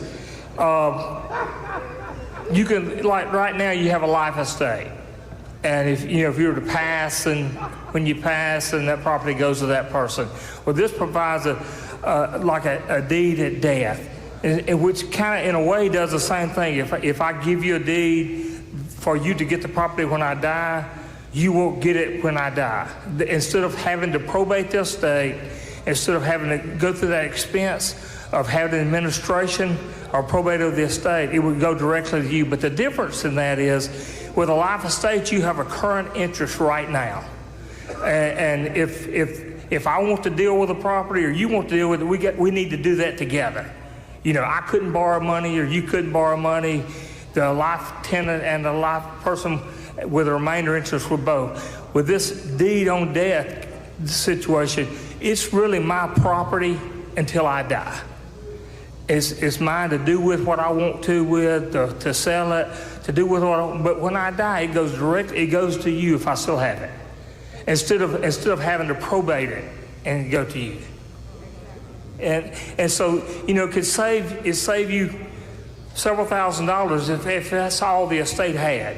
And you wouldn't have to probate it to get mother's house or the family land or whatever might be involved. To me, that's probably the most significant thing for the majority of us in here that it does. There are some other things in dealing with if you have an estate and the person that died lived in another state but they own land here. And instead of having to do a full probate here with a new executor and all that, this provides for how the documents they can record and the steps they have to take for that person to be able to transfer this property over here. And so there again, it's saving estate money, has potential to save estate money due to that. Then there's a bunch of revocations and stuff where if you don't want any interest, it provides the forms and the necessary proper way for you to disclaim your interest in property. I might give you an interest in something you don't want. You don't want that authority. You don't want to be my power of attorney or whatever. But you know, it does some things like that, and then the trust stuff just simplifies. All right. Okay. Thank you. All right, gentleman from Covington, Mr. Sanford, passes. All right, I don't see any further questions. Open the machine, Madam Clerk. Question occurs on Senate Bill 2551. In favor of the bill, vote aye. If you're opposed, vote nay.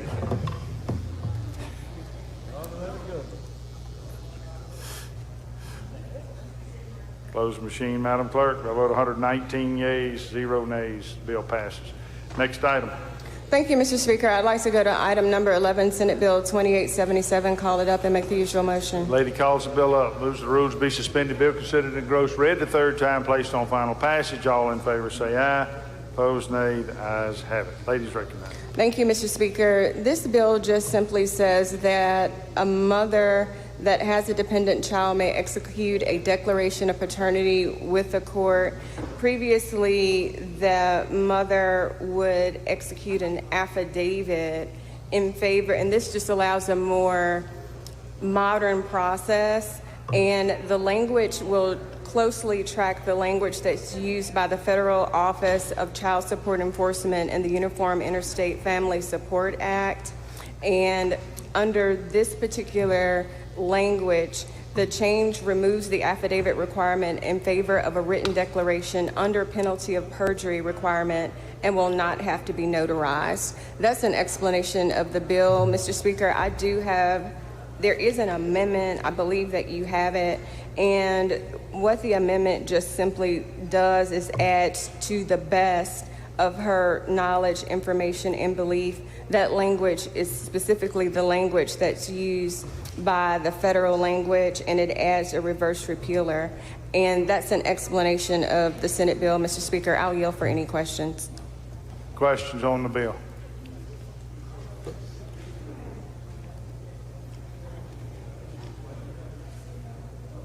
Do you have an amendment, lady? I do, but I don't.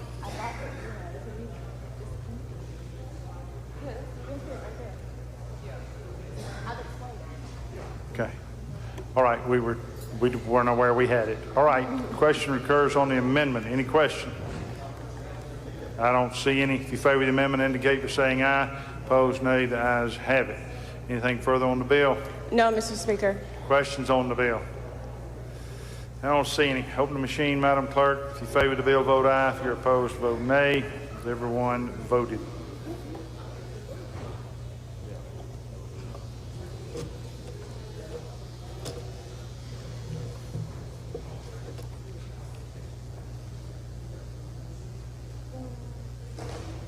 Close the machine, Madam Clerk. By vote 119 yeas, 0 nays, the bill passes. Next item. Thank you, Mr. Speaker. I'd like to go to item number 12, Senate Bill 2430. Call it up and make the usual motion. The lady calls the bill up, moves the rules be suspended. Bill considered in gross read the third time, placed on final passage. All in favor say aye. Opposed, nay. The ayes have it. Ladies recognized. Thank you, Mr. Speaker. Senate Bill 2430 establishes a statute of limitations for civil actions for real estate appraisers, brokers, and salespersons, and it establishes in Section A 5-year statute of limitations, and in Section B, under for Section 1, what it does, it says that this section is inapplicable to any action arising from a real estate appraisal where the licensed real estate appraiser, certified residential appraiser, certified general real estate appraiser, appraiser trainee, or appraisers or appraiser trainee's employer, or a firm which the appraiser or appraiser's trainee is affiliated, or the lender or appraisal management firm that offered the appraisal fraudulently inflated the value of the property or colluded with others to fraudulently inflate the value of the property. And that same section is mirrored also for the real estate broker section, which is in Section 2, which also includes a 5-year statute of limitations. And that's an explanation of Senate Bill 2430, Mr. Speaker. I'll yield for any questions. questions? Gentleman from Hines, Mr. Bell. Thank you, General Lady. Yeah. Yes, gentleman, I will. Quick question. Actually, two questions. Earlier this year, we had a bill that was dealing with the appraisers and real estate brokers, having them to go under an individual for a 5-year period. And I may be exaggerating the time, but it was a certain amount of time they had to be under each other. And this one is coming and it's asking us to give them a 5-year statute of limitations on inflating the price of. No. I But thought go I heard ahead you. and go ahead and finish your question. Yeah. So how is this helping the brokers? Let me ask you this a better way. Is this a tort reform for real estate brokers?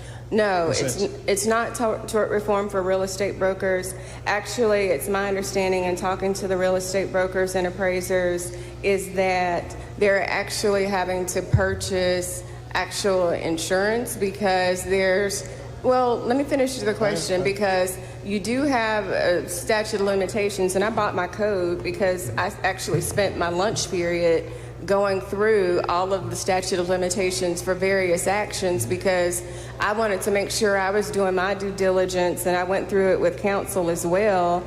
I wanted to make sure I was doing my due diligence and looking through the statute of limitations for applicable actions, and I went through it with respect to other causes of action just to see what the time limit was, and also, gentlemen, with respect to not only the time limit, but the other causes of action. And then for those periods for which there are no causes of action or a statute of limitation, it's 3 years.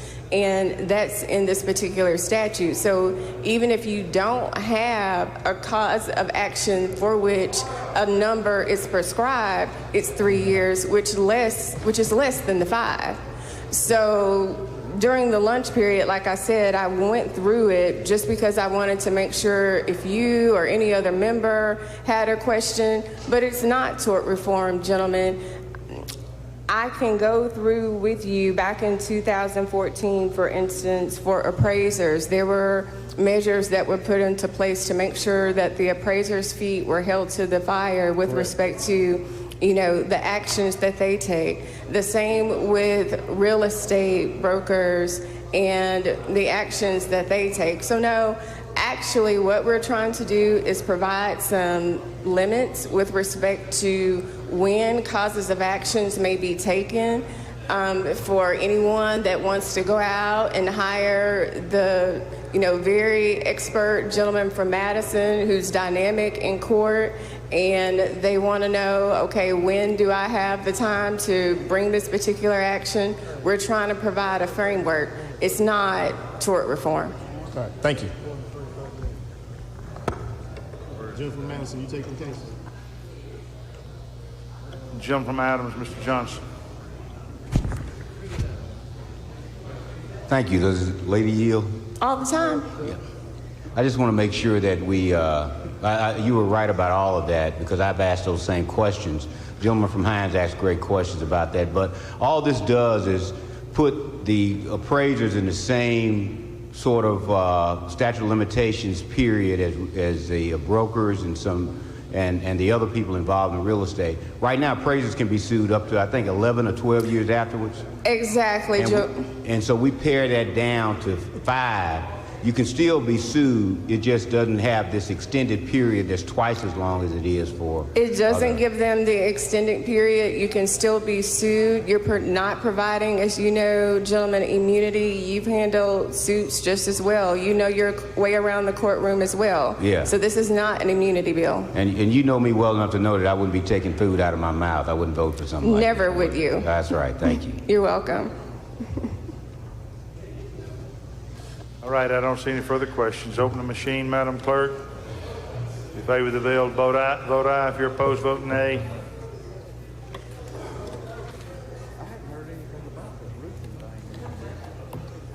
Everyone voted. Close the machine, Madam Clerk. By vote 113 yeas, 3 nays, the bill passes. Next item.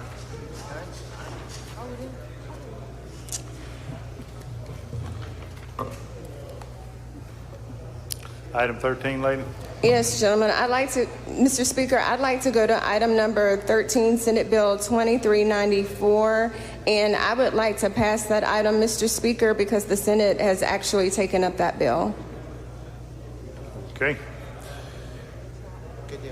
Thank you. That brings us down to item 14. Yes, Mr. Speaker, I'd like to skip item number 14, Senate Bill number 2555, and with unanimous consent, I just ask that it retain its place on the calendar. Okay. Any objection? Hearing none, we'll leave it there. Item 15, workforce.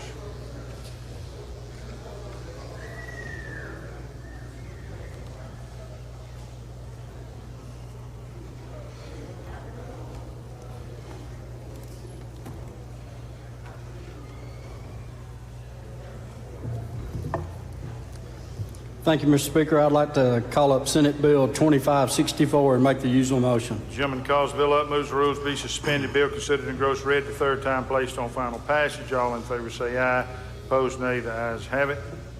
Mr. Speaker, we have a strike all. You recognize and present the strike all. Ladies and gentlemen of the House, we struck all the Senate language and we inserted House Bill 1556, which is the House's version of the workforce, and House Bill 1387, which is the community colleges asked for workforce development. And that's an explanation of the bill.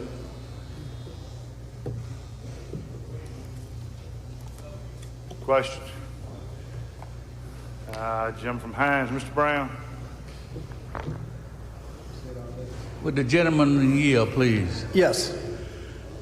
I have a concern about this, and it's evolved into a question. Are we going to limit this workforce development funding to exclusively to junior colleges and community colleges? We have several organizations and small businesses that also conduct workforce development activity throughout the state, and some of them are highly regarded in terms of their expertise in doing so. Are we going to limit this to just junior colleges? That's my question. No, sir, but the community colleges are assigned the primary role for workforce training in this state. Yeah, but they have a lot of private companies and small organizations that also engage in it because of the diversity that these other organizations can assist with. For example, the junior colleges always, for example, say truck driving. A lot of times they don't provide truck driving, and that's where you get your private and your other community organizations that in fact are experts in that area. I just hope we don't exclude, shall we say, the other qualified agencies that can do workforce development. We have a big push for inclusiveness of these organizations, and I hope that you would consider that. It is considered, but it would be, in my opinion, almost like charter schools. You want to take money away from public education and send it somewhere else. We just got to be careful, and honestly, that's not addressed in this bill. Well, I mean, that's private entities. We put a lot of money in private schools, so that's not a good argument, I don't think. But we ought to consider these other organizations that also engage in workforce development. They are pressing us to consider them in our bills that we pass in regards to those activities. Thank you. Give me some relief, please, sir. All right, I don't see any further questions. If you favor the strike, all indicate by saying aye. Opposed, nay. The ayes have it. Anything further on the bill? I don't see any. Open the machine, Madam Clerk. Question occurs on Senate Bill 2564. If you favor the bill, vote aye. If you're opposed, vote nay. Everyone voted. Close machine, Madam Clerk. By a vote 115 yeas and 3 nays, the bill passes. Next item. Thank you, Mr. Speaker. I'll call up Senate Bill 2759 and make the usual motion. Item 19. The gentleman calls the bill up, moves the rules be suspended. Bill considered and engrossed, read the third time, placed on final passage. All in favor say aye. Opposed, nay. The ayes have it. Gentleman's recognized. Mr. Speaker, I wish to table the amendment out of the committee to correct Scribner's error.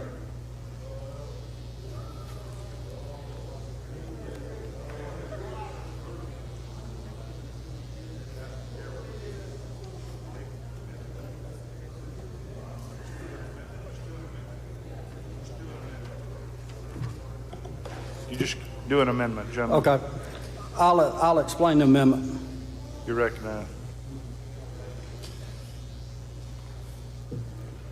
Ladies and gentlemen of the House, this amendment simply adds that any person convicted of a felony within the last 10 years, any person that has convicted of a crime of violence or a crime of sexual nature committed against a person or a child is omitted from this act.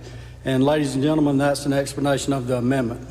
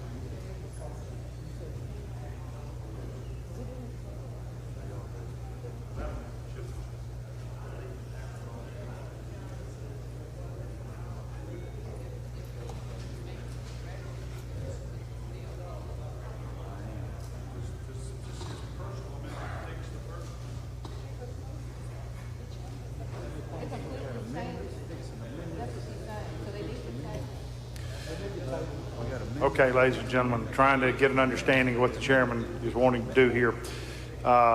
There was a committee amendment. He wishes to table that committee amendment. Those opposed have 5 minutes. Any opposed to tabling the committee amendment? I don't see any. If you favor that motion, indicate by saying aye. Opposed, nay. The ayes have it. That committee amendment is tabled. Now he wishes to offer another amendment. Is that correct? That's correct. Okay, you're recognized for your amendment, gentlemen. Ladies and gentlemen, it is as I explained before.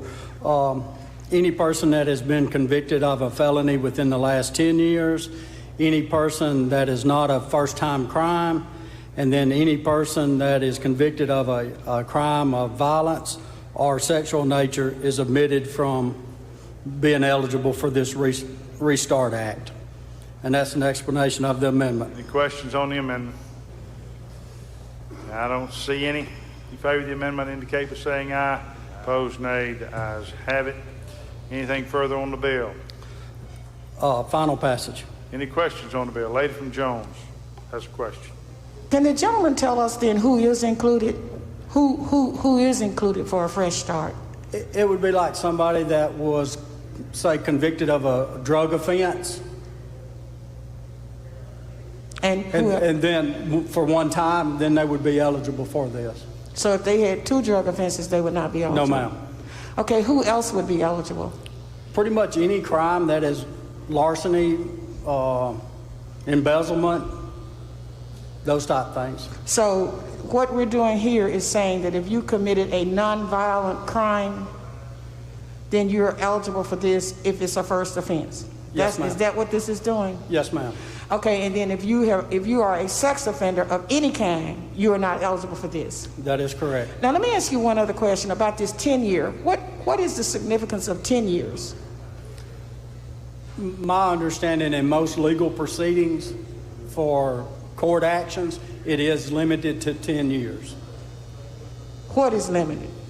Whether it's somebody testifying in court, if their past can be brought up, there's a 10-year limitations on it. If If it's less than 10 years, it can be introduced into the court record. If it's after that, then there has to be an agreement reached. But the first 10 years, I'm not an attorney, but this is the way it was explained to me.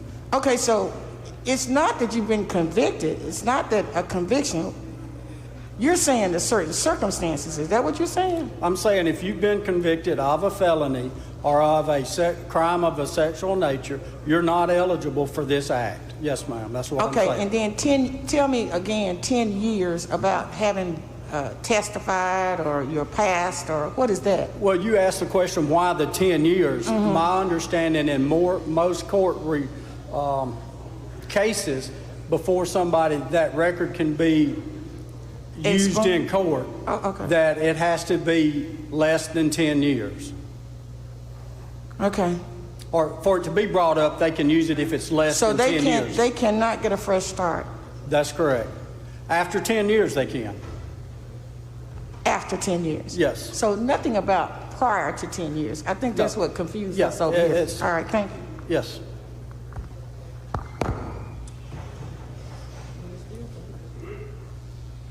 Jim from Washington. Mr. Hines. Thank you, Mr. Speaker. Jim and you. Yes. Gentlemen, what happens if I am 17 and I end up dating a 15-year-old, and I turned 18 before she turned 16, so I'm charged with statutory rape, and I go on the sexual predator list. After 2 or 3 years, I end up having to do some time now. When I get out, I'm not eligible for this. Would that be correct? Because I was a juvenile when this crime.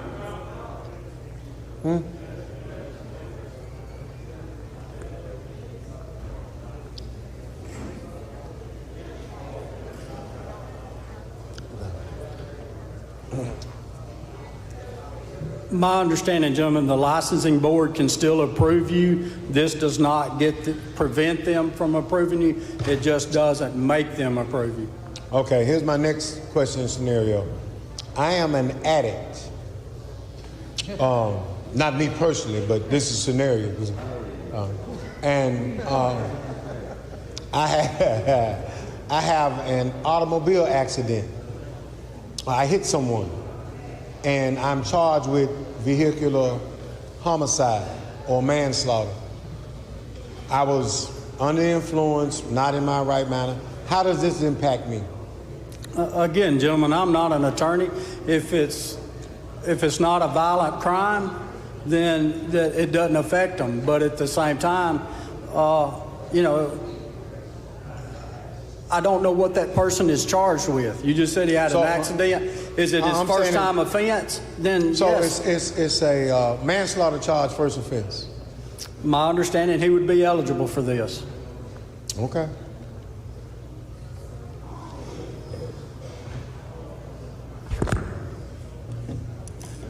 All right, I don't see any further questions. Open the machine, Madam Clerk.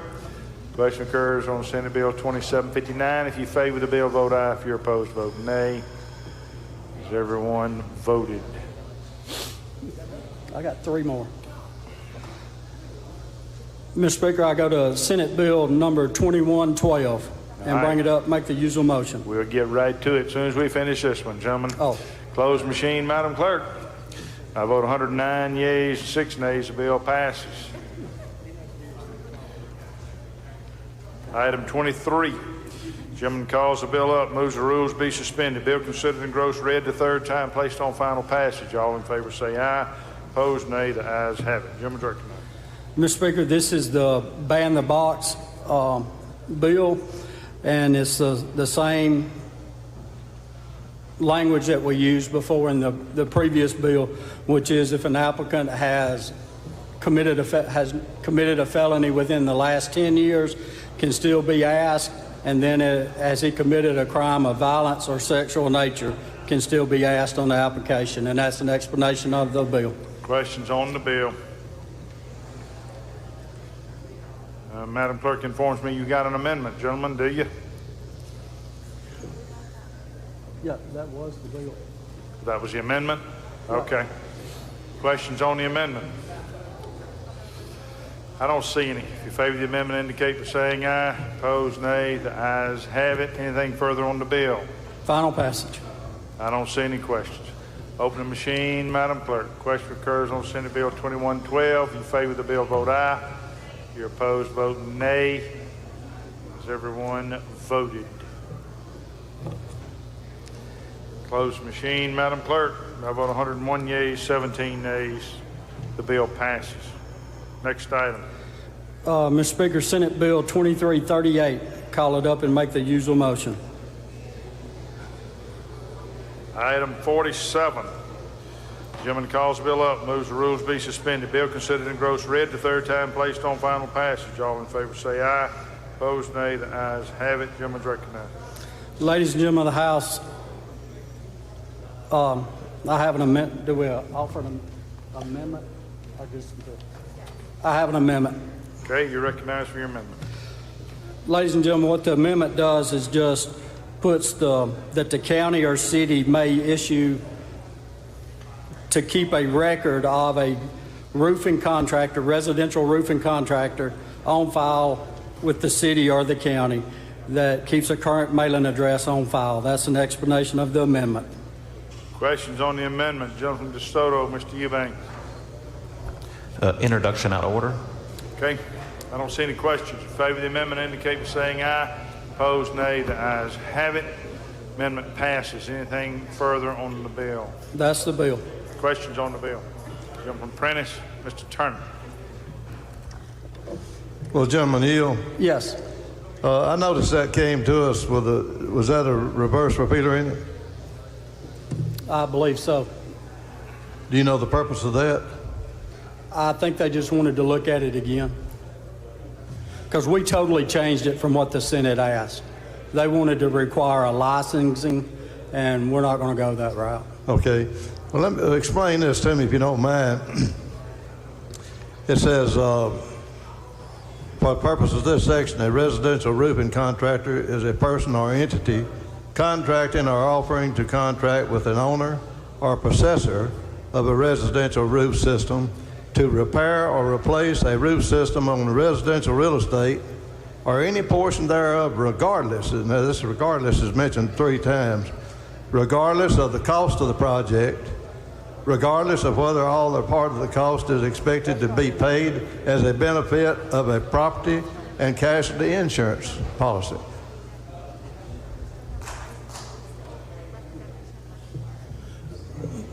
Council advises me that that's just the definition of what they are. That's not that we're allowing that to happen. Okay, and then that regardless says, regardless of whether it's insured or not, I can't take money out of my pocket and hire anybody that I want to work to help me replace, regardless of the cost, what I want done.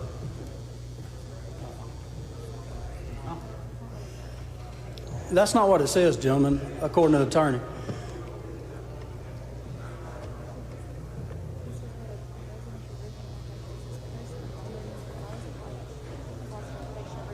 Maybe we're looking at different bills.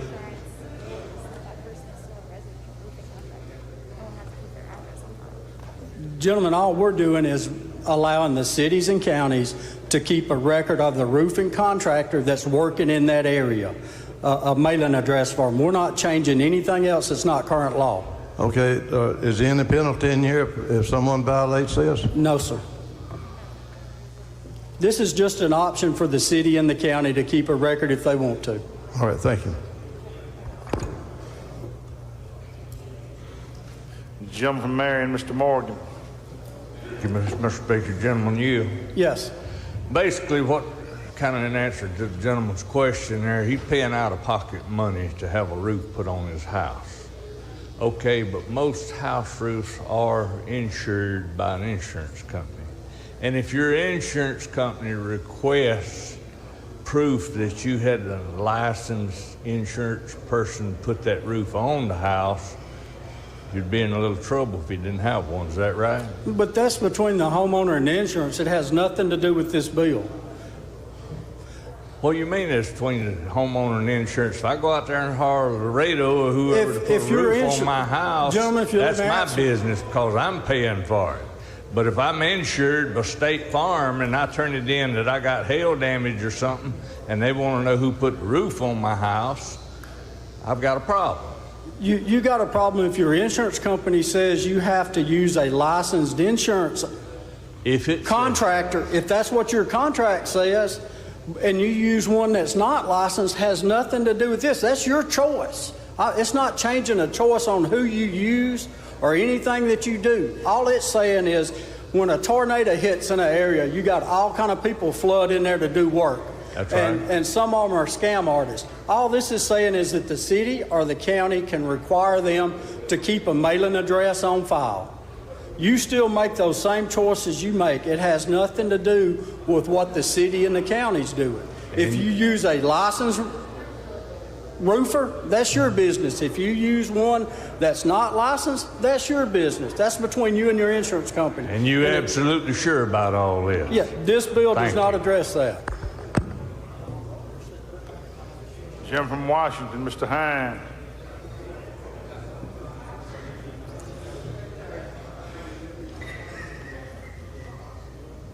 Jim from Washington, please. Thank you. Go ahead, gentlemen. Thank you, Mr. Speaker. Gentlemen, you yield? Yes. If I'm already a contractor, will I be grandfathered in? If I'm already a roofer and all that, and I got all my credentials right, I'm grandfathered in, right? We're not, all they're doing is keeping a mailing address on your business. That's all they're doing. Oh, okay. We're good. There's no licensing, it's just keeping a mailing address. We're good.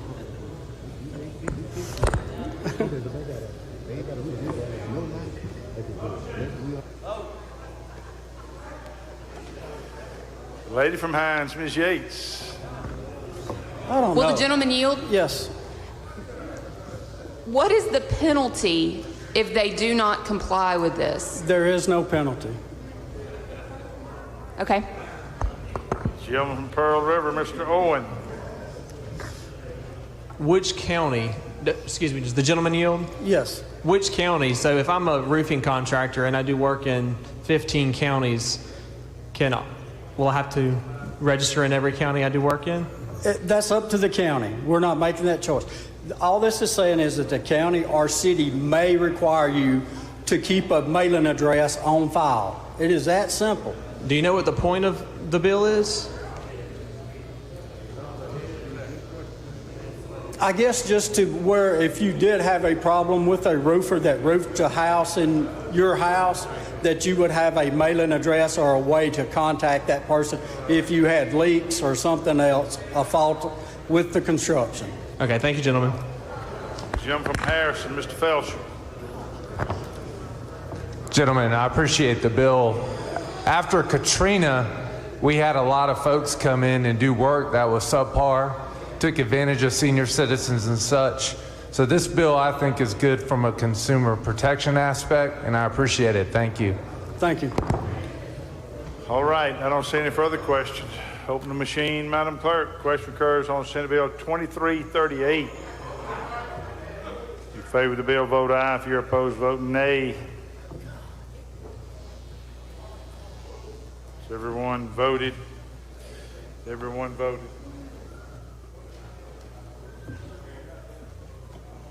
Close the machine, Madam Clerk. By a vote of 78 yeas, 38 nays, the bill passes. Next item. Thank you, Mr. Speaker. Go to Senate Bill 2563 and make the usual motion. That will be item 52.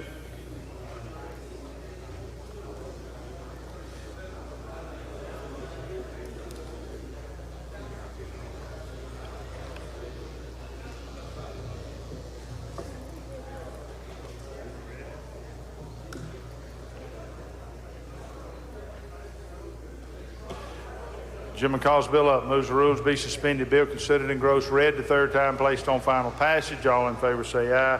Opposed, nay. The ayes have it. Gentleman's recognized. Mr. Speaker, we have a strike all. You're recognized for the strike call. Mr. Speaker, we struck all the Senate language and put in House Bill 336 and House Bill 1040. House Bill 336 was just a study committee to study the workforce needs of the state.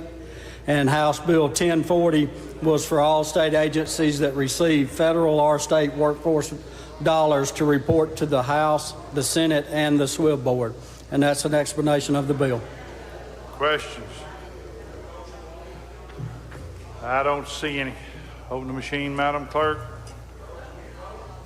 Oh, it's strike all. If you favor the strike all, indicate by saying aye. Opposed, nay. The ayes have it. Thing on the bill. I don't see any. Open the machine, Madam Clerk. If you favor the bill, vote aye. If you're opposed, vote nay. Has everyone voted?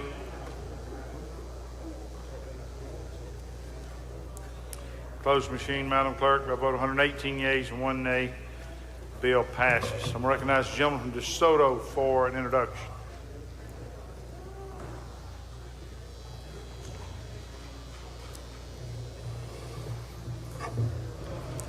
Thank you, Mr. Speaker. Ladies and gentlemen of the House, if you'll help me give a warm welcome to Chad Wicker, who is our Chief Jail Administrator in DeSoto County. He's sitting up there with Senator McClendon. Welcome to the House.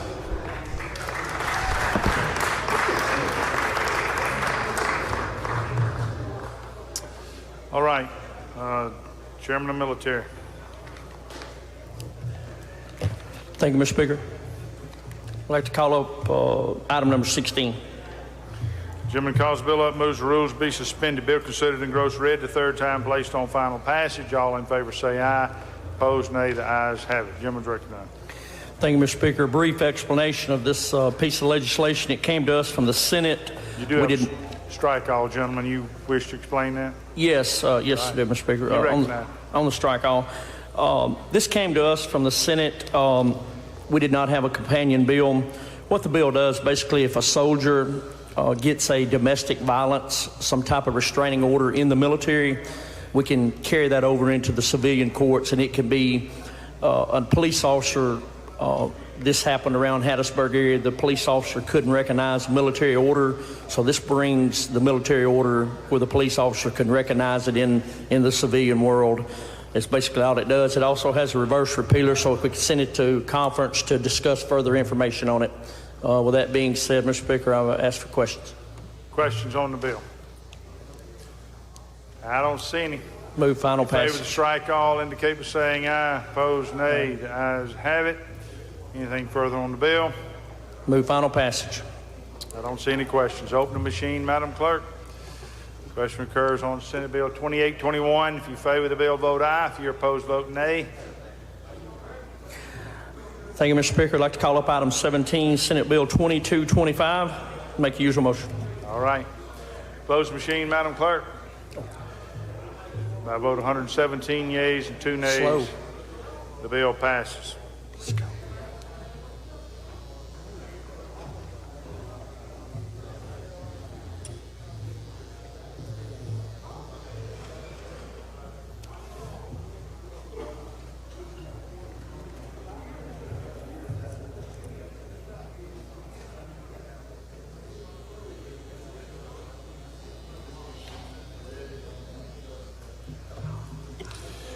We'll move to item 17. Gentleman calls the bill up, moves that the rules be suspended. Bill considered and gross read the third time, placed on final passage. All in favor say aye. Opposed, nay. The ayes have it. Gentleman's recognized. Thank you, Mr. Speaker. We have a committee amendment to Senate Bill 2225. You recognize to explain the bill. Yes, Mr. Speaker. On lines, the amendment is,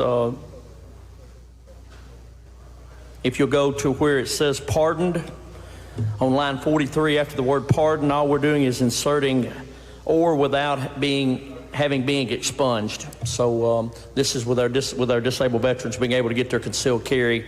The word pardon, we're going right after that and put or without having been expunged. Questions on the amendment? I don't see any. If you favor the amendment, indicate by saying aye. Opposed, nay. The ayes have it. Anything further on the bill? Move final passage. Questions on the bill? I don't see any. Open the machine, Madam Clerk. Question occurs on Senate Bill 2225. You favor the bill, vote aye. If you're opposed, vote nay. Has everyone voted? Close machine, Madam Clerk. By a vote of 119 yeas and 0 nays, the bill passes.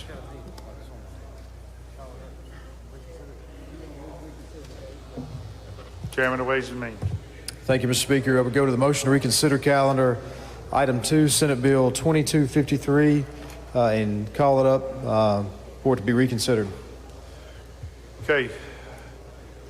Motion is to reconsider. All in favor say aye. Opposed, nay. The ayes have it. Gentleman's recognized. Bill is back before the House. 2253 was our resort status bill. There was a typo in the bill that dealt with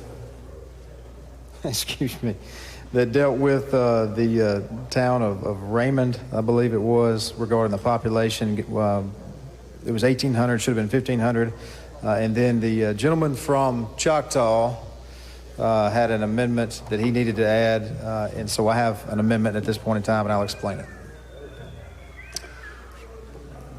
Gentleman, Madam Clerk informs me this bill did in fact have a strike all in it, so in order to amend the strike all, we have to reconsider the vote whereby the strike all passed. So the motion is to reconsider the vote whereby the strike all passed. All in favor say aye.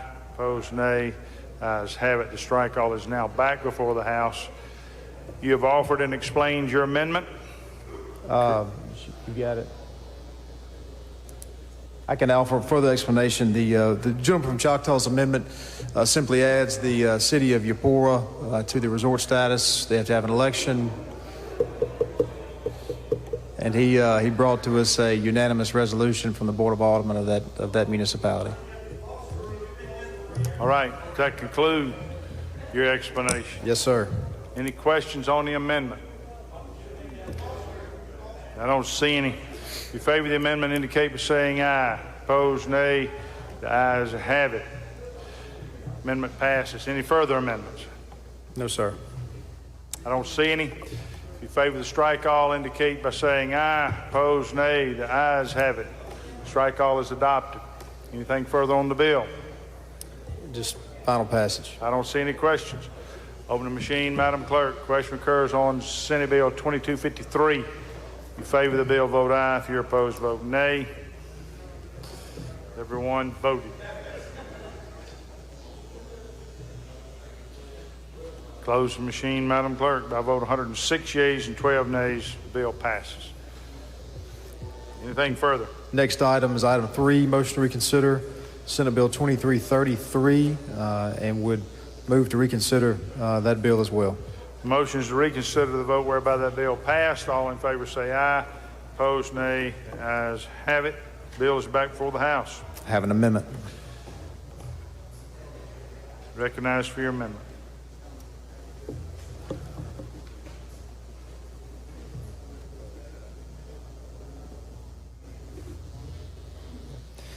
This amendment just clarifies what we should have been put in the bill before. This bill deals with fees, current fees the Department of Revenue charges.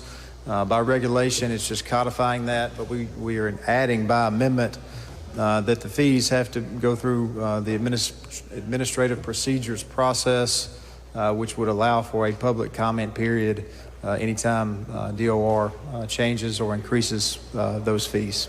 That's an explanation. Questions on the amendment? I don't see any. If you favor the amendment, indicate by saying aye. Opposed, nay. The ayes have it.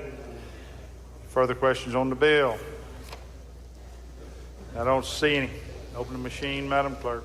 Question occurs on Senate Bill 2333. If you favor the bill, vote aye. If you're opposed, vote nay. Has everyone voted? Close machine, Madam Clerk. By vote 110 yeas and 9 yeas, bill passes. Next item. Mr. Speaker, if you would allow, I'd like to go to the concurrence, non-concurrence calendar and invite conference on a block of bills. Okay. There would be item 14, House Bill 861, item 21, House Bill 20. Hold on, gentlemen. Hold on, gentlemen. You moving to invite conference? Yes. Okay. We have to take them up one at a time. Okay. Which one? 861, item 14, 861. Any questions? I don't see any. If you favor the motion to invite conference, indicate by saying aye. Opposed, nay. The ayes have it. Next item. Next item is item 21, House Bill 24, would move to invite conference. Any questions? If you favor the motion, indicate by saying aye. Opposed, nay. The ayes have it. Next item. Next item is item 25, House Bill 865. Would move to invite conference. Any questions? If you favor the motion, indicate by saying aye. Opposed, nay. The ayes have it. Ways and Means yields the floor. All right. We will go back to the general calendar. We're going to go to item 9. Chairman of Accountability, you want to take that item up?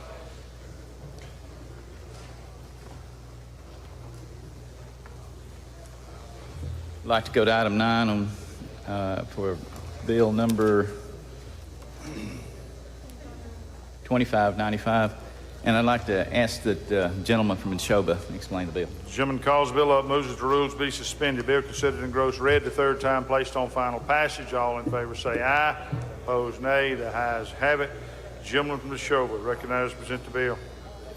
Thank you, Mr. Speaker. Ladies and gentlemen of the House, this is Senate Bill 2595. This is just sort of a preemptive bill that would prevent any governmental entity or anything from a Native American Indian tribe from wearing tribal regalia and graduation events, things like that. We had a companion bill back in February, House Bill 1418, that we passed 120 to nothing. This bill would allow the members and descendants of federally recognized Indian tribes to wear traditional wear and regalia at any public events. Sort of a preemptive bill, and that's an explanation of the bill, Mr. Speaker. Questions on the bill? Move final passage. I don't see any. Open the machine, Madam Clerk. Question occurs on Senate Bill 2595. If you favor the bill, vote aye. If you're opposed, vote nay. Has everyone voted? Close the machine, Madam Clerk. By a vote of 119 yeas, 0 nays, the bill passes. Brings us to item 18, Public Utilities. Thank you, Mr. Speaker. Ladies and gentlemen of the House, I'd like to call up Senate Bill 2386 and make the usual motion. The gentleman calls the bill up, moves that the rules be suspended. Bill considered and gross read the third time, placed on final passage. All in favor say aye. Opposed, nay. The ayes have it. Gentleman's recognized. Thank you, Mr. Speaker. We have a strike call. You're recognized to present the strike call. Mr. Speaker, this time I would like to make a motion to table the strike call, and I want to explain to the House why I would like to do that. Well, motion to table, only those opposed to the motion to table can speak. So, motion is to table. If you're opposed to the motion to table, and let me know. Don't see any. If you favor the motion, indicate by saying aye. Opposed, nay. Ayes have it. Motion to table prevails. Okay. Strike all is tabled. Okay, and I do want to explain to the House why we tabled the strike all. In the strike all that we did in the committee, we had put a reverse repealer in it to take it to conference to allow us some more time for broadband provisions legislation that we are working on for the Coronavirus Act. We do not need that reverse repealer anymore. We need to go ahead and just pass this repealer, send it on to the governor. The mechanism of which we can put in CARES Act dollars into broadband accessibility, we have the ability to do that through HC 69, so we don't need the reverse repealer, and that's all the strike all did. What the bill does, it just extends the repealer for the Public Service Commission to operate for 4 more years until December 31st, 2024. It does extend until July 1st, 2024, the ability of the Commission and the public utility staff to hire consultants and attorneys for certain proceedings. It takes out of the code of reference, any reference to the PSC regulating motor carriers. They have not had that authority in years, and we're just taking that out of the code, cleaning it up. Renewable power sources, wind, solar, it allows investor-owned utilities to treat that just as non-renewable resources and include them in their rate base. And that's what the bill does, Mr. Speaker. Questions on the bill? I don't see any. Open the machine, Madam Clerk. Question occurs on Senate Bill 2386. If you favor the bill, vote aye. If you're opposed, vote nay. Has everyone voted? Close the machine, Madam Clerk. By a vote of 115 yeas and 2 nays, the bill passes. Mr. Speaker, if I could, with indulgence of you in the House, I would like to go to the concurrence and non-concurrence calendar. Can we do that? I have a concurrence. Item number 20 on the concurrence and non-concurrence calendar, House Bill 1334. I do move that we concur, Mr. Speaker. Okay. Care to explain? Well, yeah, the Senate just, all they did, they made a good change in it. We had in there that these reports would have to be back by July 1st, 2020. We just moved it to January 1st, 2021. We agree with what the Senate did, and I move that we concur. Any questions? Don't see any. Open the machine, Madam Clerk. Motion is to concur. If you favor the motion, indicate by saying aye. If you're opposed, vote nay. Everyone voted. Close the machine, Madam Clerk. By vote 119 yeas, 0 nays. Motion to concur passes. Okay, we're down to item 20 on the general calendar. Judd B. Thank you, Mr. Speaker. I'd call up Senate Bill 2009, make the usual motion. Chairman calls bill up, moves that the rules be suspended. Bill considered and gross read the third time, placed on final passage. All in favor say aye. Opposed, nay. The ayes have it. Chairman's recognized. Thank you, Mr. Speaker. And we have a committee strike all, too. You're recognized. All right. Thank you, Mr. Speaker. The bill, basically what the bill does is it is called Carley's Law. It allows for a sex offender who has been sentenced by the judge to have a prohibition, a mandate that they can't be around the victim.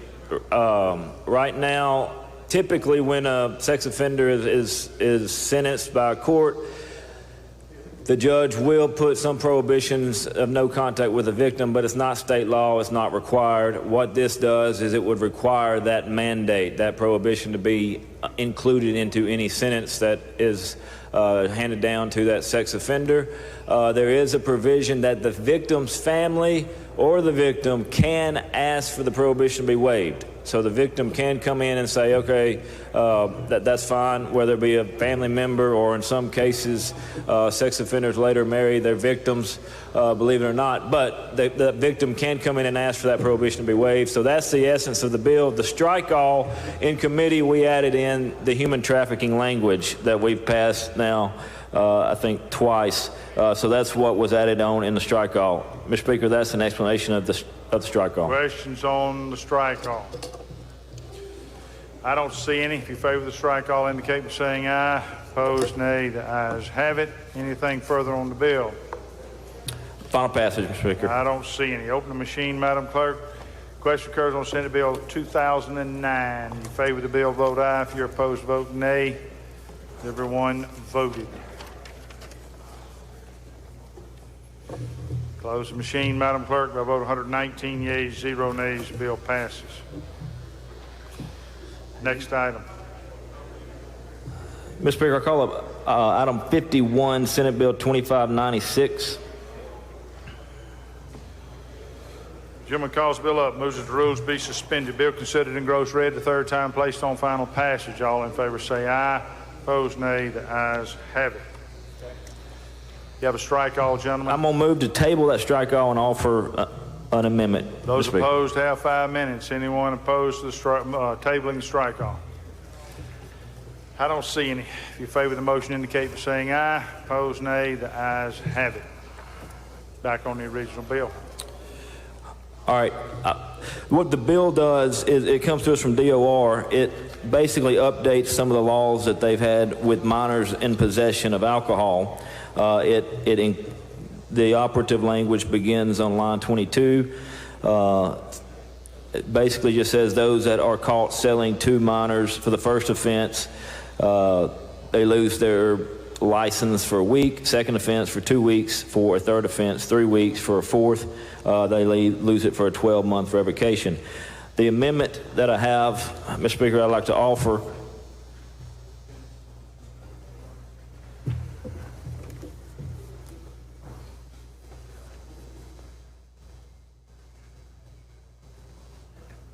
You recognize. on the amendment is including the language, the vaping language. House Bill was the original House Bill 49, which includes penalties of the vaping sold to minors. Now, this does not move, it does raise the age limit to 21 for the vaping products, but it does not move it over to tobacco. It keeps it as defined as alternative nicotine, and only raises the penalties for those sold, including it has an enhancement penalty in it for those sold around 1,500 feet of a school. Those retailers will have an enhancement, a higher penalty to pay. The vaping bill that we passed back on the House bill, the penalties are the same, but that bill included a taxing mechanism. That's what got it hung up in the Senate. This does not tax the vaping product as yet. It's just a mechanism to increase the penalties. All along through Judge B, we had a hearing. We've had hearings on this, and everybody kind of agrees that we want to keep this product out of the hands of the youth. But right now, Mississippi, our penalties are not they're nominal to say the least. So we're increasing penalties for the sale to minors for a first offense to $500, second offense to $1,000, third offense to $1,500. If there's an alternative nicotine that has some type of controlled substance in it that wasn't part of that product, those penalties, that's a treble damages clause. It just means that those penalties are going to be triple that. So we're trying to protect the minors. Again, there's a 1,500 feet radius around the church, daycare, school, or something to that effect. And Mr. Speaker, that's an explanation of the amendment. Questions on the amendment? I don't see any. If you favor the amendment, indicate by saying aye. Opposed, nay. Ayes have it. Anything further on the bill? Final passage. Questions on the bill? The lady from Lincoln, Ms. Curry. Thank you, Mr. Speaker. Will the gentleman yield? Yes, ma'am. I noticed that we gave people who sold alcohol 4 times to be able to sell to minors. But when do they lose their license completely?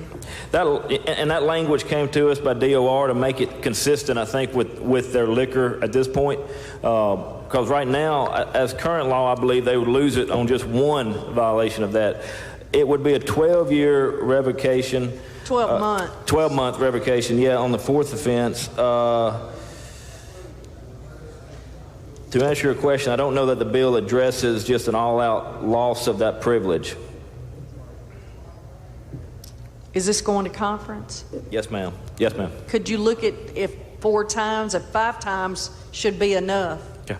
Thank you. Yes, ma'am. Lady from Hines, Ms. Yates.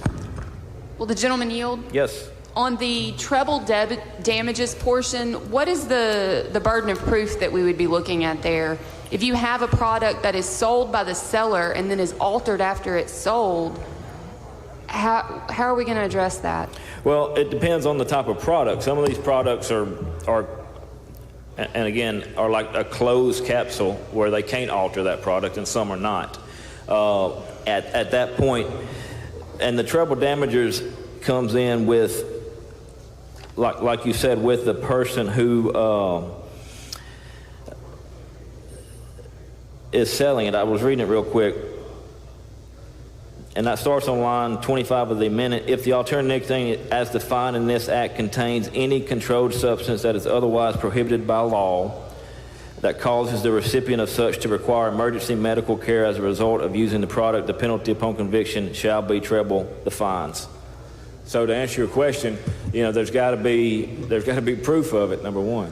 What is the burden of proof that will apply? Well, it's a criminal penalty, so it's going to be reasonable doubt. Okay. All right, I don't see any further questions.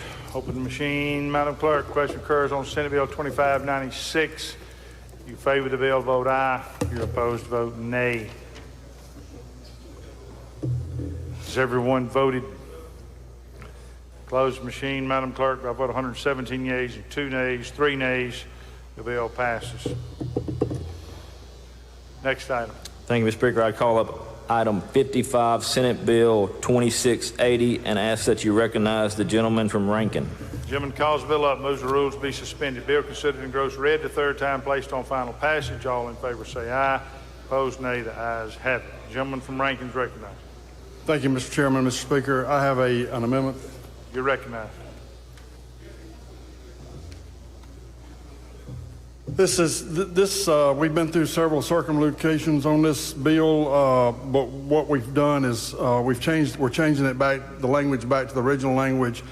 The only change in the end, so this amendment will change it back so that the only amendments being made is changing it from daily reporting to monthly reporting. Questions on the amendment? I don't see any. In favor of the amendment indicate by saying aye. Opposed, nay. Ayes have it.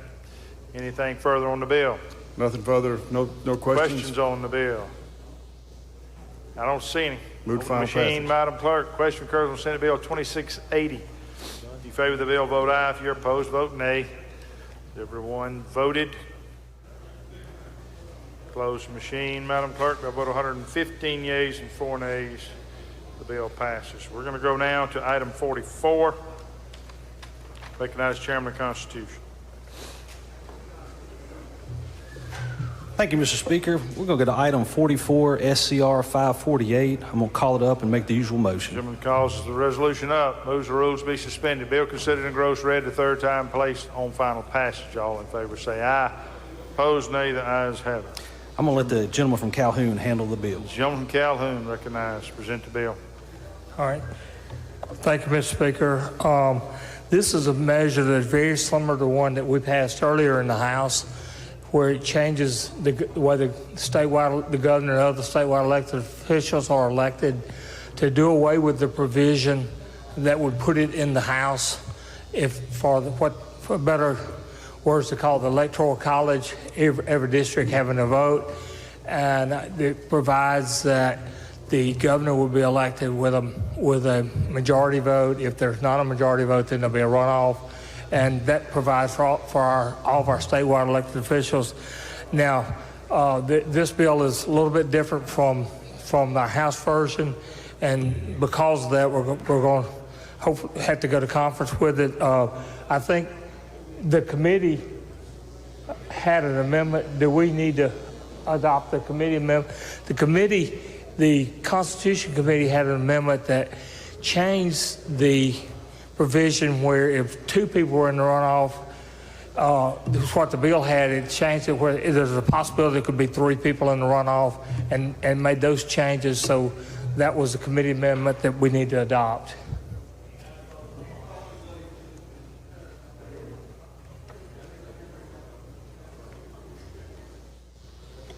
Questions on the amendment? Lady from Jones, Ms. Scott. Thank you so much. Will you yield, gentlemen? Will you yield, Mr. Chairman? Yes, I'm sorry. Okay, thank you. Now, I'm just trying to keep straight here what it is that you're doing. Right now, under the Constitution, if a person does not receive a majority for governor or any of the statewide elected officials, then it comes to this body for us to decide, right? That's correct. Okay, now, what you're saying is that you're going to put these people in a runoff, right? Yeah, yes, ma'am. And now, but this amendment that you're saying now is not a 2-person runoff, but a 3-person runoff?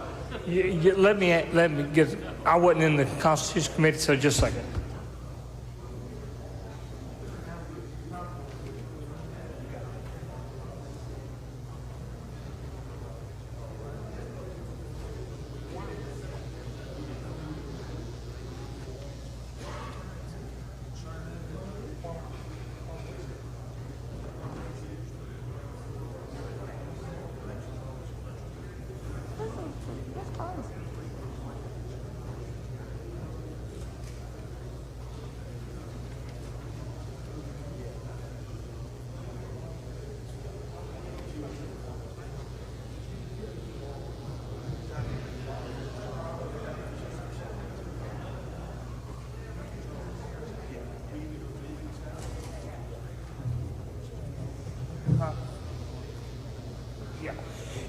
Excuse me, it'd be very rare, but they did that just in case there was an actual tie at for the second person. You know, like there could be an independent candidate that actually tied would they have, would the first and second and third all tied, or the second and third tied?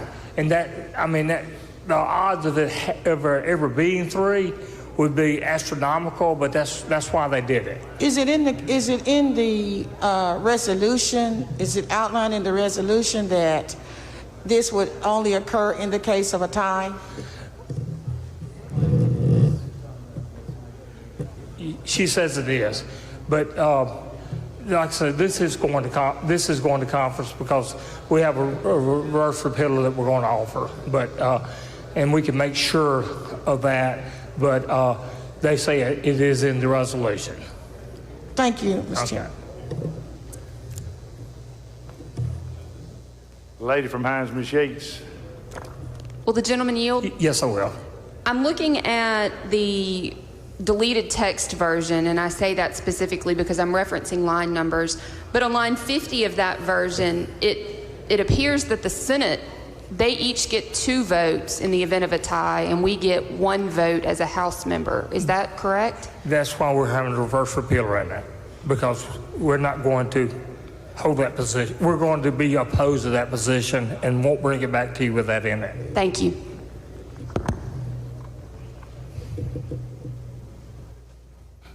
All right, I don't see any further questions. Question now occurs on Amendment 1. If you favor the amendment, indicate by saying aye. Opposed, nay. Ayes have it. All right. You got another amendment. Okay, you're recognized for your second amendment.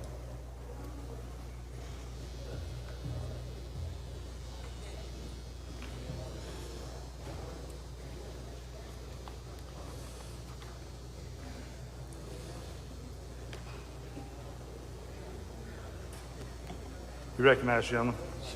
Have Madam Clerk read the amendment. Madam Clerk, please read the amendment. Amendment number 2 by Representative Beckett, amend by inserting the following language after line 55. Be it further resolved that these proposed amendments shall take effect on July 1, 2020, and shall stand repealed on June 30th, 2020. All right. Just simply that this does have a reverse repealer because it's our position that there are certain things that cannot remain in the bill, and primarily being that 2 votes for each senator and 1 vote for each House member.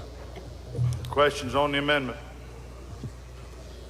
I don't see any. If you favor the amendment, indicate by saying aye. Opposed, nay. The ayes have it. Amendment is adopted. Anything further on the bill? Nothing further. Any questions on the bill? Jim from Copiah, Mr. Holloway. Yeah. Thank you, Mr. Speaker. Gentleman Hill. Yes, I will. Let me just ask a quick question now. We have a bicameral legislature here in the state of Mississippi, am I correct? You are correct. Certain powers, constitutional authority, rest in the Senate and in the House. Even though we consider the lower house, there are certain powers that we have they don't have, and vice versa. That's correct. Okay, so you are taking the power, that constitutional authority, away from the House of Representatives. If you remove the Electoral College from the House, you are doing that. What are you putting back in its place? The people's will. The people will have an opportunity to vote. Instead of us deciding and being able to counterbalance the will of the majority of the people, the will of the majority of people will be done. I know this does not happen very often, but I know in my district in particular that the vote was cast here that was not the same as what the majority of the people in my district wanted.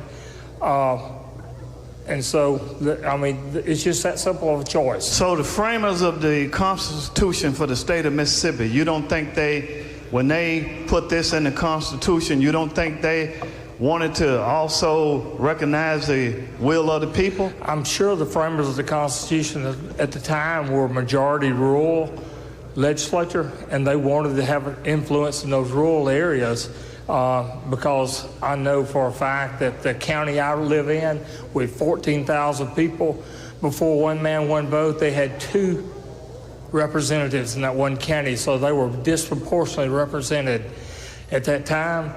And so they probably did some other things that we wouldn't necessarily agree with, but But that's why we're having the constitutional amendment to change that provision, because. Okay, one other question then. I mean, what is the problem? Why are we doing this then? Where did the problem come from? Well, apparently a lot of people across the state feel like that it's not appropriate that someone could be that our governor should be the leading vote getter, should be the person with a majority of the vote, should be elected by a majority of the people, that not someone that would be picked by 122 of us. That's a choice that you get to make when you vote, and if you don't agree with that, then I'll understand that. But that's the purpose of the amendment, is to transfer that power from this body back to the people. So you feel the same way about the flag? I would let the people vote for the flag. I'm saying, but it was adopted. I'm not even by sure. the legislature. Yeah. Well, pardon? This is something that I feel like the people should vote on. Should be given the opportunity to vote for this constitutional amendment. So this is a 2/3 vote. Am I correct? Yes, it is. Constitution change. Yeah. Thank you, sir. Mm-hmm. Gentleman from DeSoto, Mr. Criswell. Thank you, Mr. Speaker. Will the gentleman yield? Yes, I will. So I'm just confused, and actually on your questions for the last gentleman there. So I'm just trying to figure out the purpose in this and why we're going down this road. Because your comment about the will of the people and we want it to be a popular vote, but that's the opposite of what I've always believed about when we talk about presidential elections, the arguments for and against the Electoral College there. And I believe the Electoral College there protects the people's vote. I'm serious. I'm asking a serious question. Why is this different than that? And does that make sense? I'm sorry, because I'm confused and I'm trying to ask the question because that line of questioning confused me. There are a few differences, because there's in the Electoral College, there's a balance between the smaller states and the larger states based on there's consideration given to everybody having their 2 senators and your House members. So it's not an exact amount. Somebody maybe in Wyoming doesn't, or I'm not even sure anymore who has just 1 vote. But that person, every electoral vote doesn't represent the same number of people because of their split. That's not the way it's done here. We don't have factor the House involved and the Senate involved in our vote here. So it's not exactly the Electoral College. Some people have called it a mini Electoral College or a state version of the Electoral College, but it's not the same thing. Okay, thank you, gentlemen. Gentleman from Washington, Mr. Bailey. Speak, okay. I don't see any further questions. I'm going to recognize the gentleman to speak on the resolution.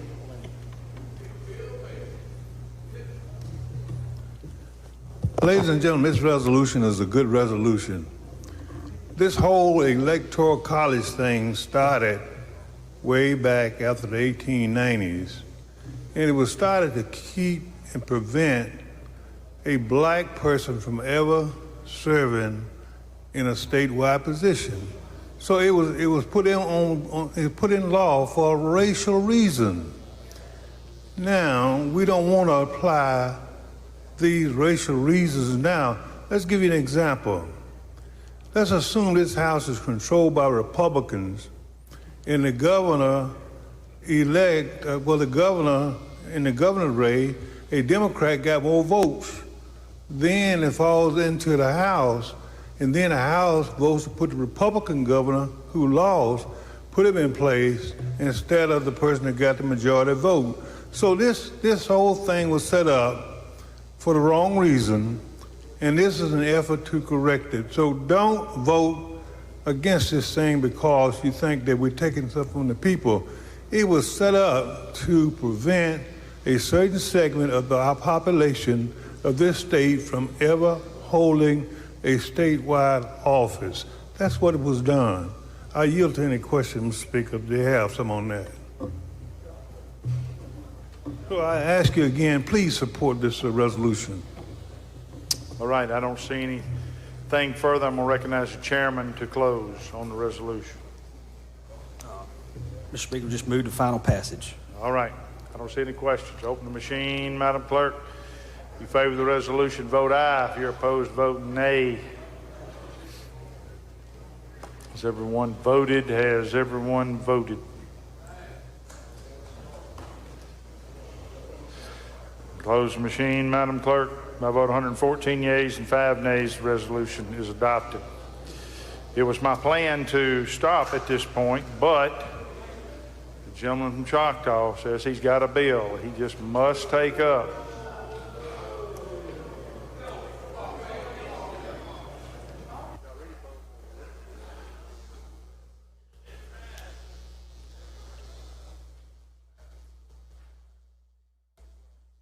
You recognize, gentlemen. Thank you, Mr. Speaker. I'd like to call up Senate Bill 2486, item number 53 on the calendar, and make the usual motions. Gentleman calls the bill up, moves that the rules be suspended. Bill considered and gross read the third time, placed on final passage. All in favor say aye. Opposed, nay. The ayes have it. Gentleman's recognized. Thank you. Ladies and gentlemen of the House, this is the same exact bill that passed this body a couple of months ago, and basically what it does is it allows to extend the contract for Medicaid for a period of 2 years. It's going to be budget neutral. If we had to do an emergency, we would only have a limited number of vendors that would come in, and that is basically an explanation of the bill. Questions on the bill? I don't see any. Open the machine, Madam Clerk. Question occurs on Senate Bill 2486. If you favor the bill, vote aye. If you're opposed, vote nay. Has everyone voted? Closed machine, Madam Clerk. By vote 119 yeas, 0 nays, the bill passes. Announcements, Mr. Clerk. Announcements, Madam Clerk. Announcements by the members. Gentleman from DeSoto, Mr. Darnell. Yes, sir. I would like to adjourn in memory today of Mr. Floyd Robertson. He was a supervisor and judge there in DeSoto County and also a Marine. Thank you, sir. We will do that. Gentleman from Tishomingo, Mr. Carpenter. Thank you, Mr. Speaker. We had something put on your desk today about the year-end party down at the fairgrounds. Everyone's welcome. A lot of food. Just come down and enjoy yourself. I think Larry Bird is going to sing. No. You wanting people to come or not?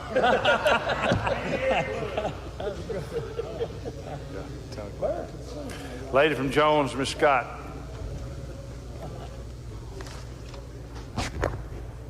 Yes, Mr. Speaker. On yesterday's appropriations calendar, I would like to ask unanimous consent to have my vote changed from yay to nay on items 55, Senate Bill 3011, item 56, Senate Bill 3012, item 57, Senate Bill 3013, and item 58, Senate Bill 3014.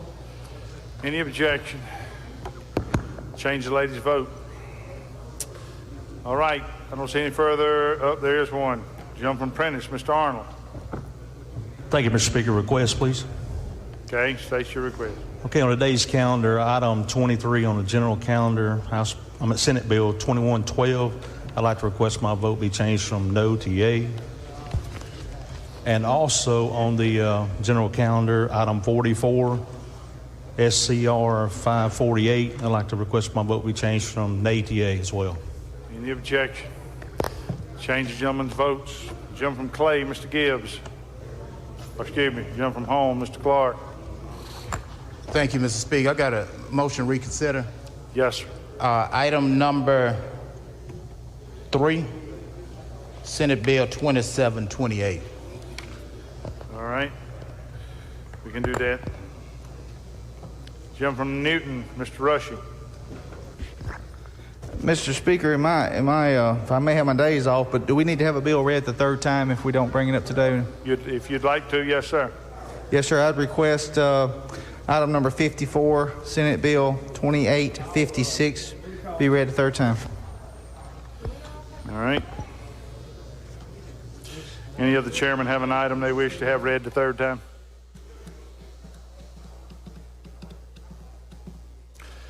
Gentleman from Activity Hall.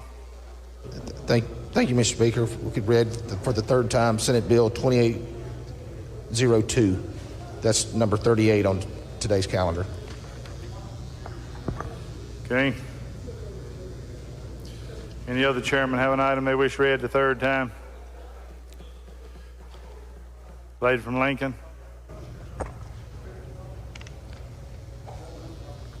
Thank you, Mr. Speaker. I apologize, I'm looking.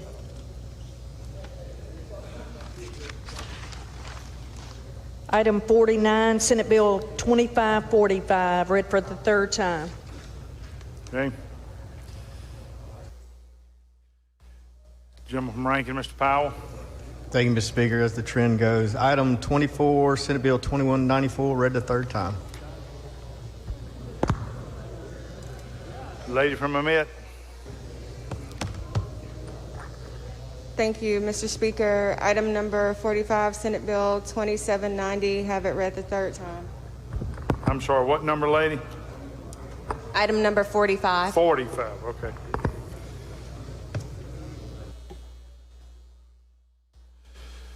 All right, I don't see anyone else.